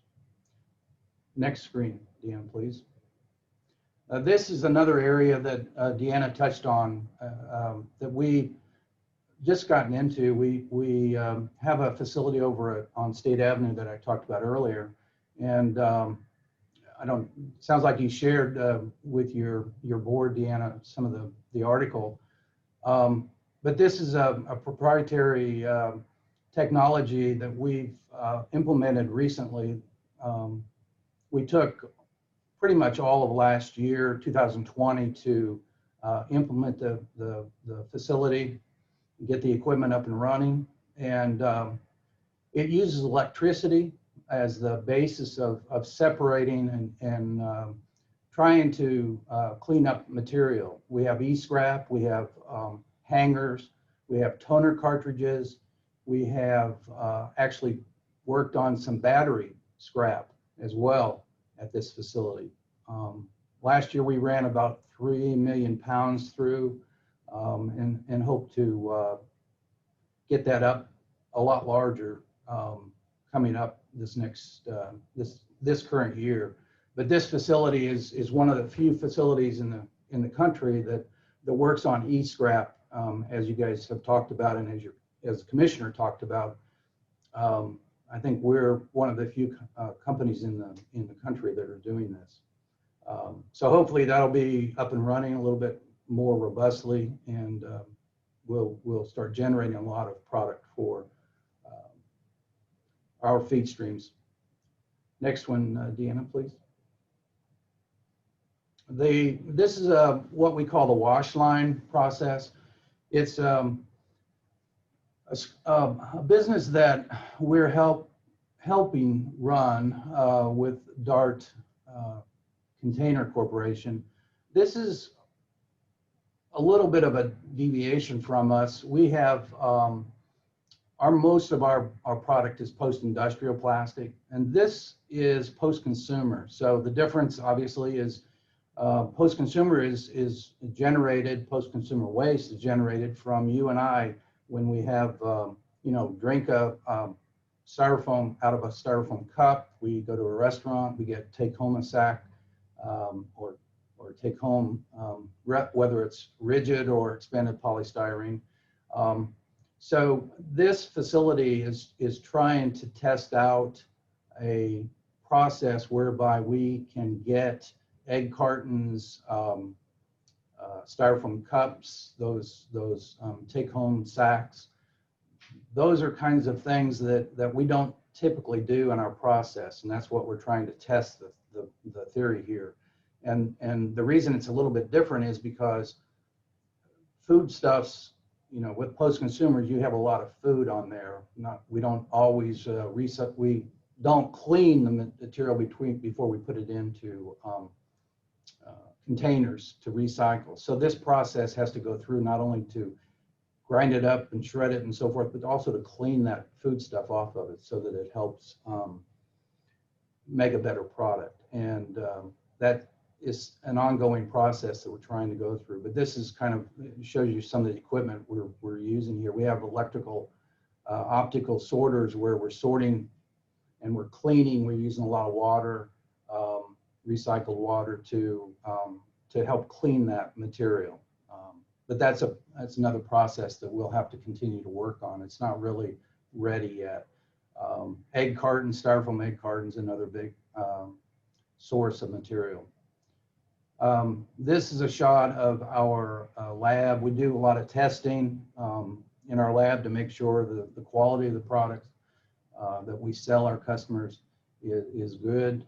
We do melt flow tests, we do ash tests, we do moisture tests, we do several different types of tests, and we're getting into more of the ISO requirements. We're trying to get into food grade, and we are certified by FDA for a couple of our streams, and we're also trying to get into automotive, which is a whole new category, but that also requires us to test and to certify that our products are of a particular quality. So this lab is very critical. It's staffed 24 hours a day to make sure that we have product going out the door that our customers ask for. Next screen, Deanna. And I'll end here. This is the latest grant, as Deanna talked about. Back in 2018, we received about $190,000 early this year. I think the grant was dated in 2018, 2019, but we received funding in 2020. This is the 7th line that we talked about earlier. And it's a dual screw extruder, and it's going to help us get into this automotive business that we briefly touched on. And so this one this is a little special extruder. As you can see, it's a fairly sophisticated looking machine, and it's going to help us do some of the special blends that the auto industry wants. So next one, Deanna. Just these, won't dwell on this too much, but this is, we do a lot of colors. 3M is a big customer of ours, this red. Next one, Deanna. We just got into the coffee business through Starbucks. The plastic that they're using is our plastic now, using coat hangers as a source feed stream, and that's one of the things that we are taking pride in is certainly FDA approval to use these plastics. Next one, Deanna.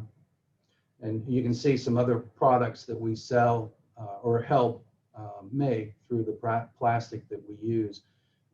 Cutlery, there's some deodorant containers there, different types of glassware that we also sell. So next one is different type of plastic. The polypropylene is used for various containers that the auto industry uses, and also various other industries.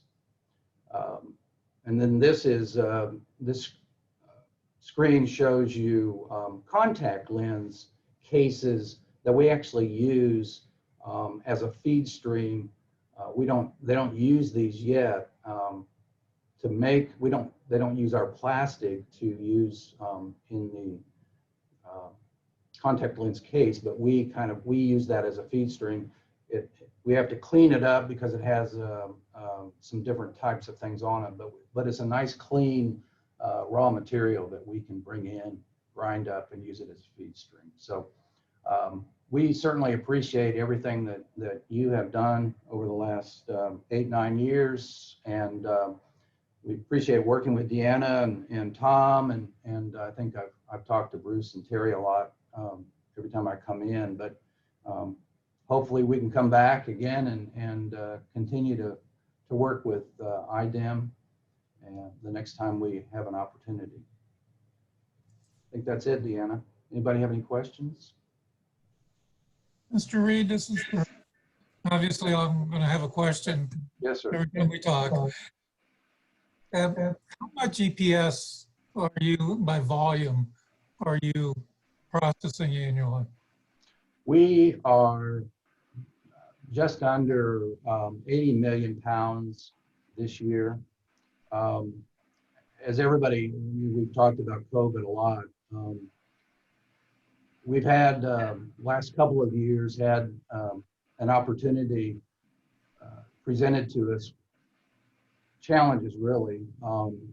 We had our best year in 2018, I think, when we presented for this grant, but before we started moving into the Rockville Road facility. And then the pandemic hit, and not only that, but the price of oil was moving around a lot during 2020. And so our business has gone down about 10% year over year, but we're positioned so that we can get back up to where we were in 2018. Price of oil is always going to change and move around, so we're comfortable working with that, but this whole pandemic was a little bit of a challenge for us, and I think we're ready to respond to that. Well, thank you very much for the work that you do and the resources you make available to us. Thank you. Fred, I did see real quick in the chat box, there were a few questions from Debbie Hackman. She asked, and this is I'm curious about as well, the plastic cores that you mentioned making for the paper wheels or the paper, are those recyclable as well as Yes, made from recycled content? Yes, they are. Yeah. Okay. Now it's hard. They're so small. Obviously, you can imagine a roll of paper. Once you use that, it's easy just to throw that away. So if it gets recycled or gets accumulated, we certainly can reprocess it, and we actually do that in our facility. Any scrap that we have in our facility, we reuse that. So we grind it up and put it back through as a blend to create more cores. So yes, we can. Go ahead, Terry. You had a question too. Yeah. Fred, I want to congratulate you and your company for the fine job that you are doing and have done. And I just would point that your grant applications were the kind of applications I was making reference to earlier in hoping that we get more of, because I think what you're doing goes a long way to address the infrastructure dilemma that I was making reference to earlier. So thank you very much. Thank you, Terry. Appreciate it. We'll come back to you as often as we can. That's for sure. I always like to bring that good news back to the owners when we get a grant. So it's a fun thing to do. So appreciate your help.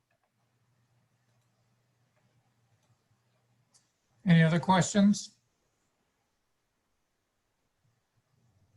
Well, thank you very much, Mr. Reed. Thank you. For your work. Thank you very much. The next item on our agenda is we have the fiscal year 2022 grant round, and we have some proposed process changes, obviously, and then maybe some changes or revisions to timeline. Are you going to lead this up, Deanna? I sure can, yes. And I'm sharing my screen again to just kind of help guide us along the way. And the first thing we have here, grant process for discussion, is the timeline. You will see that I have posting of the proposal information via the website. That's when we put out the request for proposals. I had that as May 10th. So we will have one more board meeting before the requests for proposals go out. We do have a board meeting on May 6th. So if we have a discussion and don't want to approve anything today, we will have some opportunity to discuss them further at that meeting. However, the reason I put that May 10th on there as well, just to note, is it is another biennium budget year for the legislature. So as Grant mentioned, $2 million is in the proposed budget for this next grant round. We need that legislature approval and then State Board of Accounts approval too, of course. So we want to wait until, usually it's that last week in April that we hear our budget is approved. So I'm giving us time to post it at that. Then I'm giving 6 weeks for submittal. We do have some flexibility if we want to discuss making that 8 weeks. I feel that if we wait a little too long, there becomes issues with having too wide of a frame as well as too short of a time frame. We do have a board meeting in August that really doesn't give us enough time to go through the process. So I have us approving and awarding the grants in October with the contract approval following that. So is there any discussion on the time frame or timeline I'm proposing?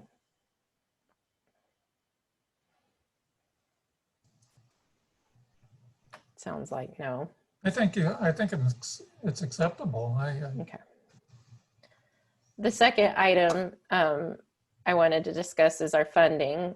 We last grant round had 10,000 to 500,000 as the minimum and maximum, and I would like to propose increasing that minimum amount to 50,000.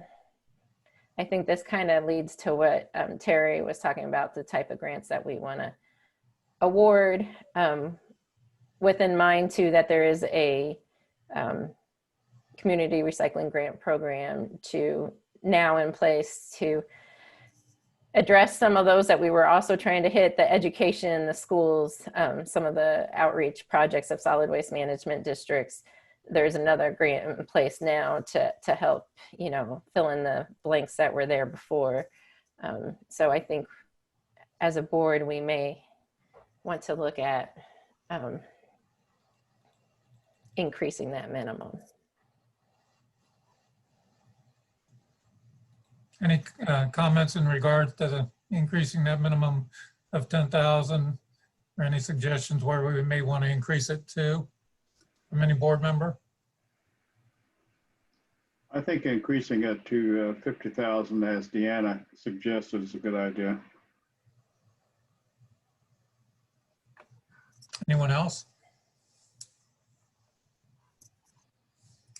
Deanna, this is something that we're going to have a handle on before we actually really go into full-scale advertisement for grant round funding, correct? I'm sorry, I was looking in the chat menu. Can you ask the question again? Sure, we're going to have this decision made from going to 10,000 to possibly a higher amount before we start advertising for applications. Yes, yes, we do. Would you like us to? Well, I think we can, I think we could discuss eligibility and any changes to the request for proposal, and then we can maybe have a overall approval vote for all the discussed. All right, very well. So moving on, if there's no further discussion there, eligibility is still with municipalities, solid waste management districts, nonprofit organizations, and public and private businesses located and doing business in the state of Indiana. There have been discussions we've discussed in the past.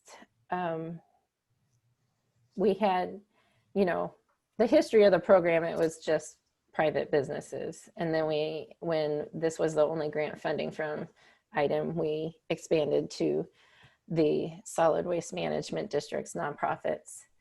And it is my recommendation at this time that we keep it open. The other grant round that the community recycling grants, they are just still kind of taking off, in their beginning stages.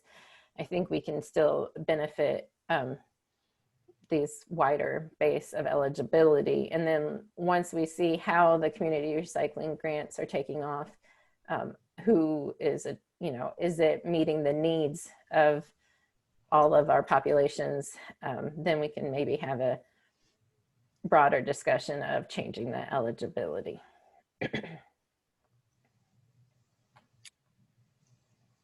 Any discussion on that one? What's the pleasure of the board? Right. The only one talking here. I know. It's a quiet board today. Oh, this is Terry. I agree with you, Deanna. I just keep the eligibility the same until we see how the other grant program is working. Great. Thank you, Terry. Anyone else?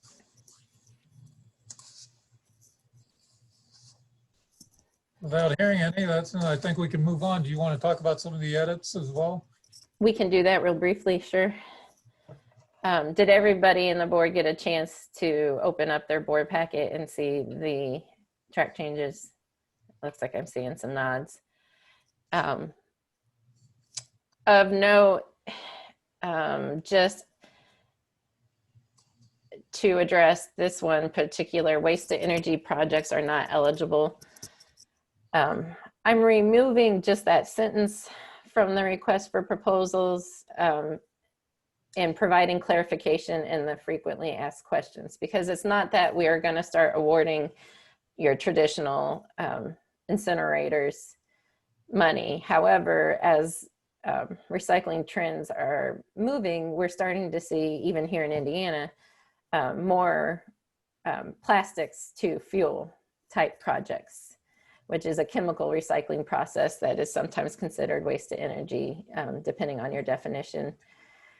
And we have been, even in the past couple of years, beginning to consider those non-traditional recycling methods for eligibility within our programs. Deanna, would that also include, how would landfill gas conversion to Right. for vehicles and what have you, would those still be not eligible, or what? That's correct. Yeah, Bruce and I actually talked about this. We anticipated that question. We still think that we're looking at diversion for this program within the recycling markets, with the end goal of diverting before it hits the landfill. So my thought is that we would still not include landfill gas to energy. Thank you. Mm-hmm.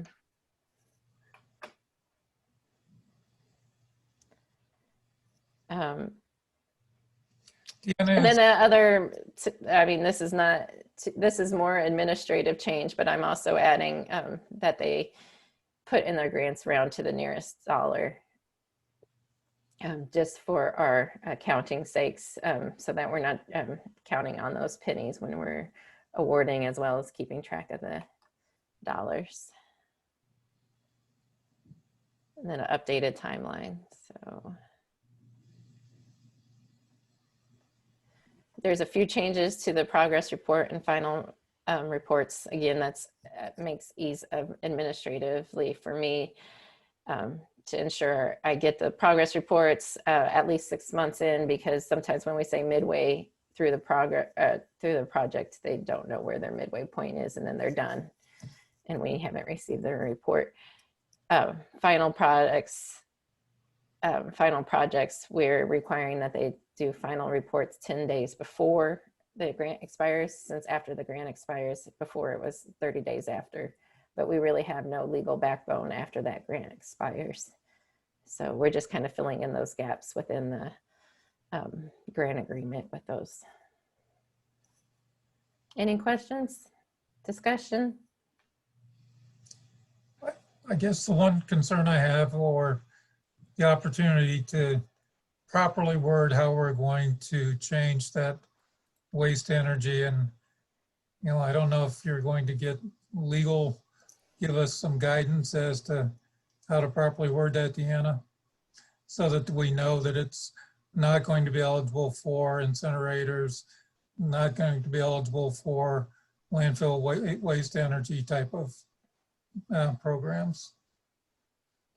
Yes, I'll definitely work through all the appropriate channels to make sure we get the wording right, and I'll definitely include those two points. Any other board member have any comments, or anyone that's on the meeting? I guess I do have a question about the funding change. So, I'm a new board member, so I've not seen the extent of the projects, and I understand why you're saying to move it to the minimum to a bigger number. You're thinking that those smaller projects should go towards the community, the CRGP. So have those smaller projects then kept larger projects from getting their funds? Or is it in fact that it's the cap that has limited larger projects from even applying? It's a great question. It's a little bit of both. And Bruce, you can feel free to weigh in. But yeah, we have had in the past where we wanted to kind of spread the wealth. We wanted to make sure everybody received some funding, and that some of the bigger projects, we did reduce their funding in order to also fund some of the smaller items that we were receiving. I think you'll find, yeah, go ahead, Bruce. I think you'll find that this board tries to allocate across all different scopes of applicants, and being blessed now with the community recycling grant opportunities of $500,000. I believe that's going to give us, as the Recycle Market Development Board, the or I shouldn't say flexibility, the opportunity to focus on some of the bigger scope projects. And the rounding everything to the nearest dollar, I hate to see that happen after you just got your automatic calculator screen up at the last board's meeting. But I think that's a great idea. But, you know, when I started on this board, we were approving picnic tables. We were approving waste carts, those type of things. And now we're looking at, you know, chemical recycling of plastics back to usable fuels, and even beyond. And I think our challenge is to focus on those more intricate programs and obviously rely on the community recycling grants to take care of a subset of our prior applicants, if you will. And raising the eligibility amount, obviously there's an enormous amount of time that goes in to the reviews by the board members of all of these applications as well as staff. And to get the best return on our investment, if the program, you know, in total is $100,000, I think that's going to have some significant returns. So, any other opinions, if I may ask, from the board members? Yeah, this is Craig, real quick, new board member. Thank you guys very much. Great insight. The question I have back to, and you just made the comment on it, why the interest of deleting out the waste to energy section of it, and I understand the play here is to include, maybe encourage the facility for the chemical recycling. However, when we talk about the circular economy, we talk about reuse, reuse, reuse. And and I could be wrong here, this is just me thinking out loud. It's if the product that they're making is a fuel, which is a one-time use, it really doesn't fit into that whole circular economy play. There, does it? So I mean, it's a one-time use and being done, kind of like, you know, other type of things. I mean, so I mean, are we trying to just do one thing to include one company, or are we opening ourselves up for other impacts, and maybe there's a better opportunity for them to apply for other things in other ways? I'm just saying, I hate to change one just for one as opposed to the betterment of the all, and we get caught into something different. And I understand completely where you're coming from, Craig, because obviously as an industry representative, you know, I had the same concerns. I know plastic to energy is, you know, it's on the horizon. It's being done already across the country. And we've been doing landfill gas to energy for quite some time. And obviously now we're setting gas plants on our disposal facilities and refueling our vehicles there. You and I both know that our vehicles have less maintenance issues when fired off of natural gas than they do with the emission control devices that are required now to run diesel. So I think as an industry, we're getting a return just by doing the gas power. But this is I guess a newer opportunity to reduce the amount of volume of plastics going into the landfill.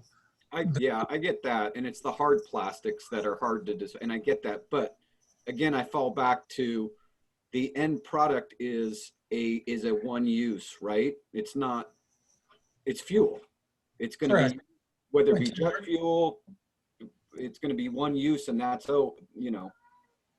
Well, I believe there's a wax that's going to be generated as well, but there's, through the process, through one of the processes used to chemically recycle plastics. But I agree with you, and that's why we have a board. It's not my opinion. It's not Terry's opinion. It's none of us singularly. It's it's the pleasure of the board as to how we come up with this. What the final determination is. Right. Yeah. I'm bringing it up for the board to discuss without a doubt. I do want to note, kind of you're looking at it in a circular economy approach, which is something that actually our recycling section has just met and talked about as well. And it is actually a kind of turn for our board, because I think that in the past, circular economy, it wasn't brought up, it wasn't talked about, or recycling. And if you're taking something old and turning it into something new, that's what we were looking at, as well as, diverting it from going to a landfill. So that is still happening, right, in this one-time use act of recycling, taking something old, turning it into something new. I guess it just depends on how we decide to define recycling and its role within that circular economy. And I do want the board to think about that kind of moving forward, if that's an approach. And even if we want to look at the way we award, the way that we score these things, maybe that scoring sheet needs to be modified to look at those circular economy benefits in addition to what we have been looking at in the past.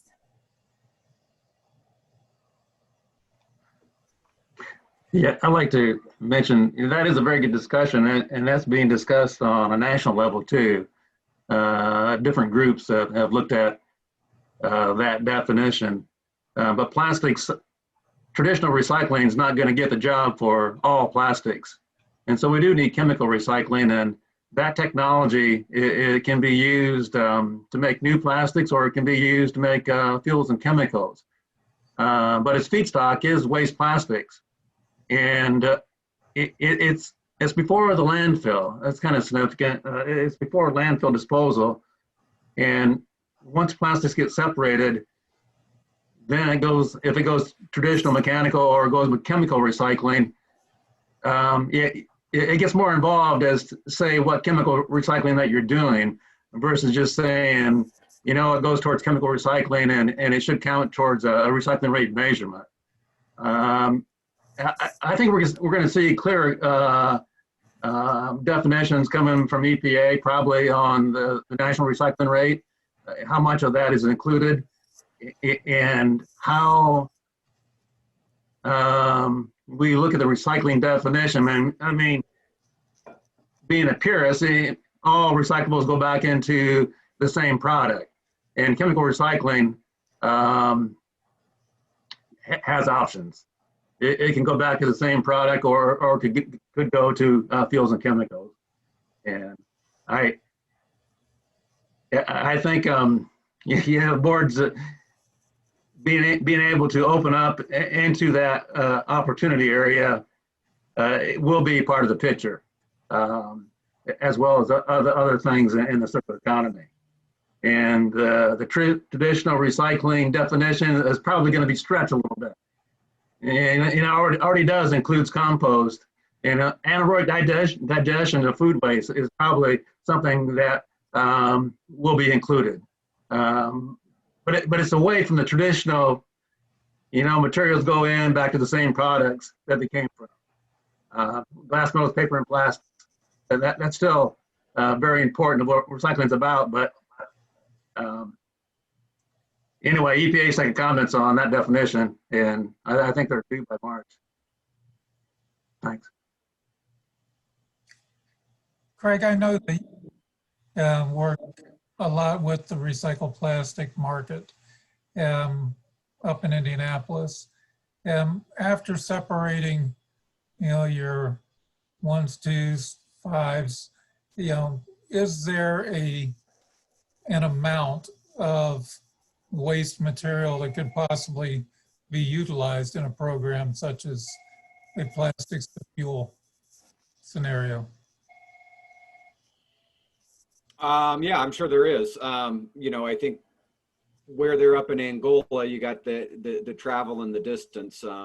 You know, we do have our facility up in the Fort Wayne market space as well. I think that has been working with them and trying to get material to them. It's just efficiencies, separation, you know, within the buildings and within the process that is of what they can accept to what is deemed unacceptable. So, you know, it's a work in progress by all processing plants that take, you know, heavy residential and commercial recyclable material and where the end product is, and what can be separated yet it being acceptable with still residual contamination, knowing, you know, where those bunkers lie in, and using technology and automation versus manual sorts to get the product, that the raw material product, so to speak, or the in feed that they require. So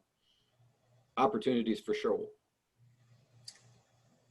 I wanted to note too, Craig, you mentioned, you know, because the one, you know, are we changing our guidelines for one facility, right, or one application? And so you're probably referencing the Ashley plant. That's the big one that constantly is making news about plastics to energy. But we have received in the last 2 to 3 years smaller grants, either actual applications or just inquiries from smaller facilities, particularly scrap tire processors who are using end products of tires to for injection molding for automobile molds, those kinds of things. We received an application last year that took the tire scrap, and it was a chemical conversion process to fuel. So we are seeing more and more just that one. And that did prompt me to look at this and have the board look at this issue. Right. I guess to add to the conversation, I'm going to read it out loud, but Allison Mitchell did chime in from IRC in the chat function. Renewable energy is a critical component of the circular economy. She urges the RMDB to be mindful of how we define and consider energy and how the project advances a transition to renewable energy, not a continued reliance on fossil fuels, or taking advantage of the broadest definition of the word energy to fund projects that do not move Indiana towards a truly circular economy. And those are all good comments for us to consider as we do have this discussion and further define what we're talking about with these projects. Thank you, Deanna. Mm-hmm. Any other comments?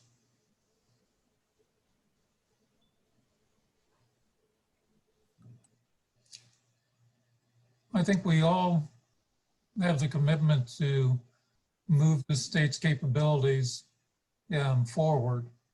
And I believe this process will be rolling out across the U.S. regardless of how it's defined in our grant application guidelines.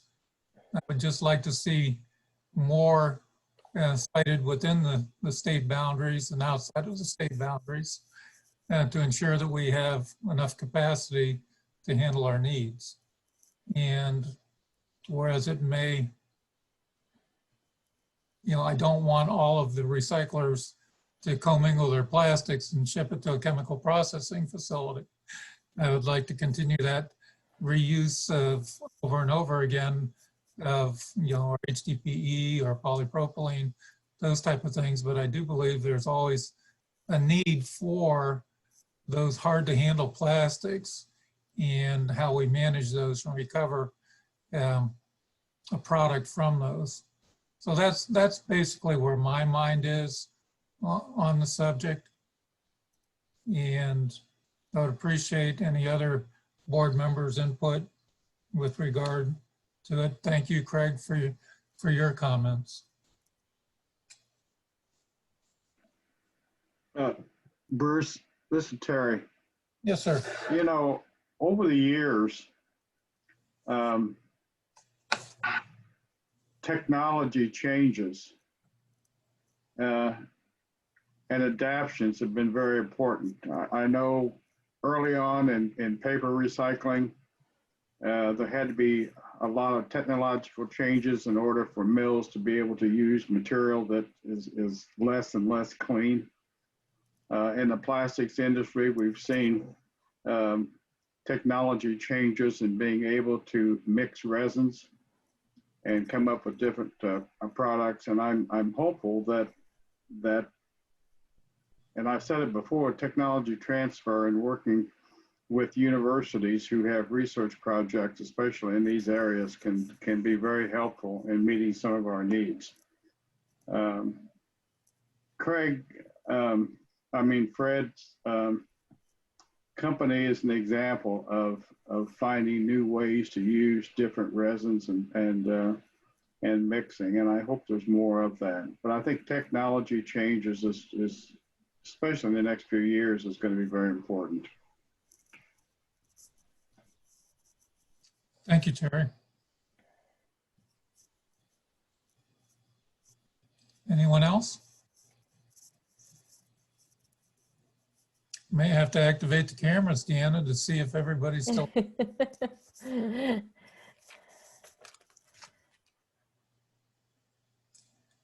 Well, Deanna, do you want to consider a motion to adopt the changes that we've discussed? Yes, let's go ahead and do that. If the board is comfortable with the changes, let's go ahead and adapt those now. We do have opportunities to make additional changes before this does go out, just so we keep that in mind. There is a board meeting May 6th, and we don't propose to put this guidance and request for proposals out until May 10th. All right. With that said, do I have a motion to accept and adopt the changes and edits that Deanna's presented with regard to Terry, I would move acceptance of it with the understanding that there could be additional discussions concerning the waste to energy item that she has in there, because I think that needs more discussion. But I would make the motion. So I have a motion from Mr. Guerin to approve the edits and adjustments as presented by Deanna with the request for more clarity on the waste energy component. Do I have a second? I'll second that, Bruce. Thank you, Mr. Gratz. Any additional discussion from any board members? Hearing none, we can do a roll count vote. And we'll start with Ms. Whitehead. Yes. Ms. Wessler Henry. So move. Ms. Uyghur. Yes. Mr. Noonan. Andrew was unable to attend this meeting. Mr. Lutz. Yes. Ms. Hackman. Said yes in the chat. From Debbie. I got that sign language down pat. Mr. Guerin. Yes. Mr. Gratz. Yes. And I vote yes. With that, the motion is unanimously approved. Thank you very much. Let's see now. And that did incorporate the adjustment to the timeline to roll out to our applicants, correct, Diana? Yes.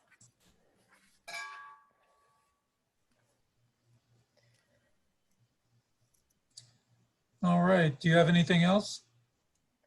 We just have in our other, so we have next meeting dates. May 6th is our next one, 2021, as mentioned, and the remaining schedule is August 5th and October 21st. As a reminder, I mentioned in the last meeting that we're moving our November board meeting up to October in order to accommodate recycling activity reports. Need to have that presented to you and approved before submitted to the legislature. All right. We can also open it up for any additional comments from. Well, we have the wording for that waste to energy topic available to us at the next meeting. Yes. Thank you. Okay, with that, obviously, as Deanna stated, our next meeting's on May 6th. Look forward to seeing everybody healthy and possibly more wealthy than we are today. I want to thank each and every one of you for your contributions, participation, and I look forward to this coming grant round. I was a little disheartened at the last round. We had some really good projects that we didn't have the available resources for. Hopefully those people will bounce back and reapply, and then we also have some new technology, possibly some new grants coming in that can move us in the right direction. And I'm excited to work with the new board as well. And new board members, again, welcome. I believe this is your second official meeting, so thank you. With that said, if there's no other comments, I'll ask for a motion to adjourn. Second. I have a motion by Mr. Lutz. Do I have a second? I'll second it. Mr. Gratz? Any other comments? Don't want to cut anybody off here. It's your last opportunity. Almost like an auction. Okay, with no other discussion items, all in favor? Aye. Aye. We need help. Any opposed? Stop it. That motion carries. Ms. Henry, do you have a comment? Okay. With that, motion carries. I do want to offer my appreciation to Mr. Geis for your attendance, Mr. French as always, and Julia, thank you very much for your guidance, and Deanna for your hard work. Everybody have a very safe day and next 3 months, and we'll see you again in May. Thank you, everyone. Thank you.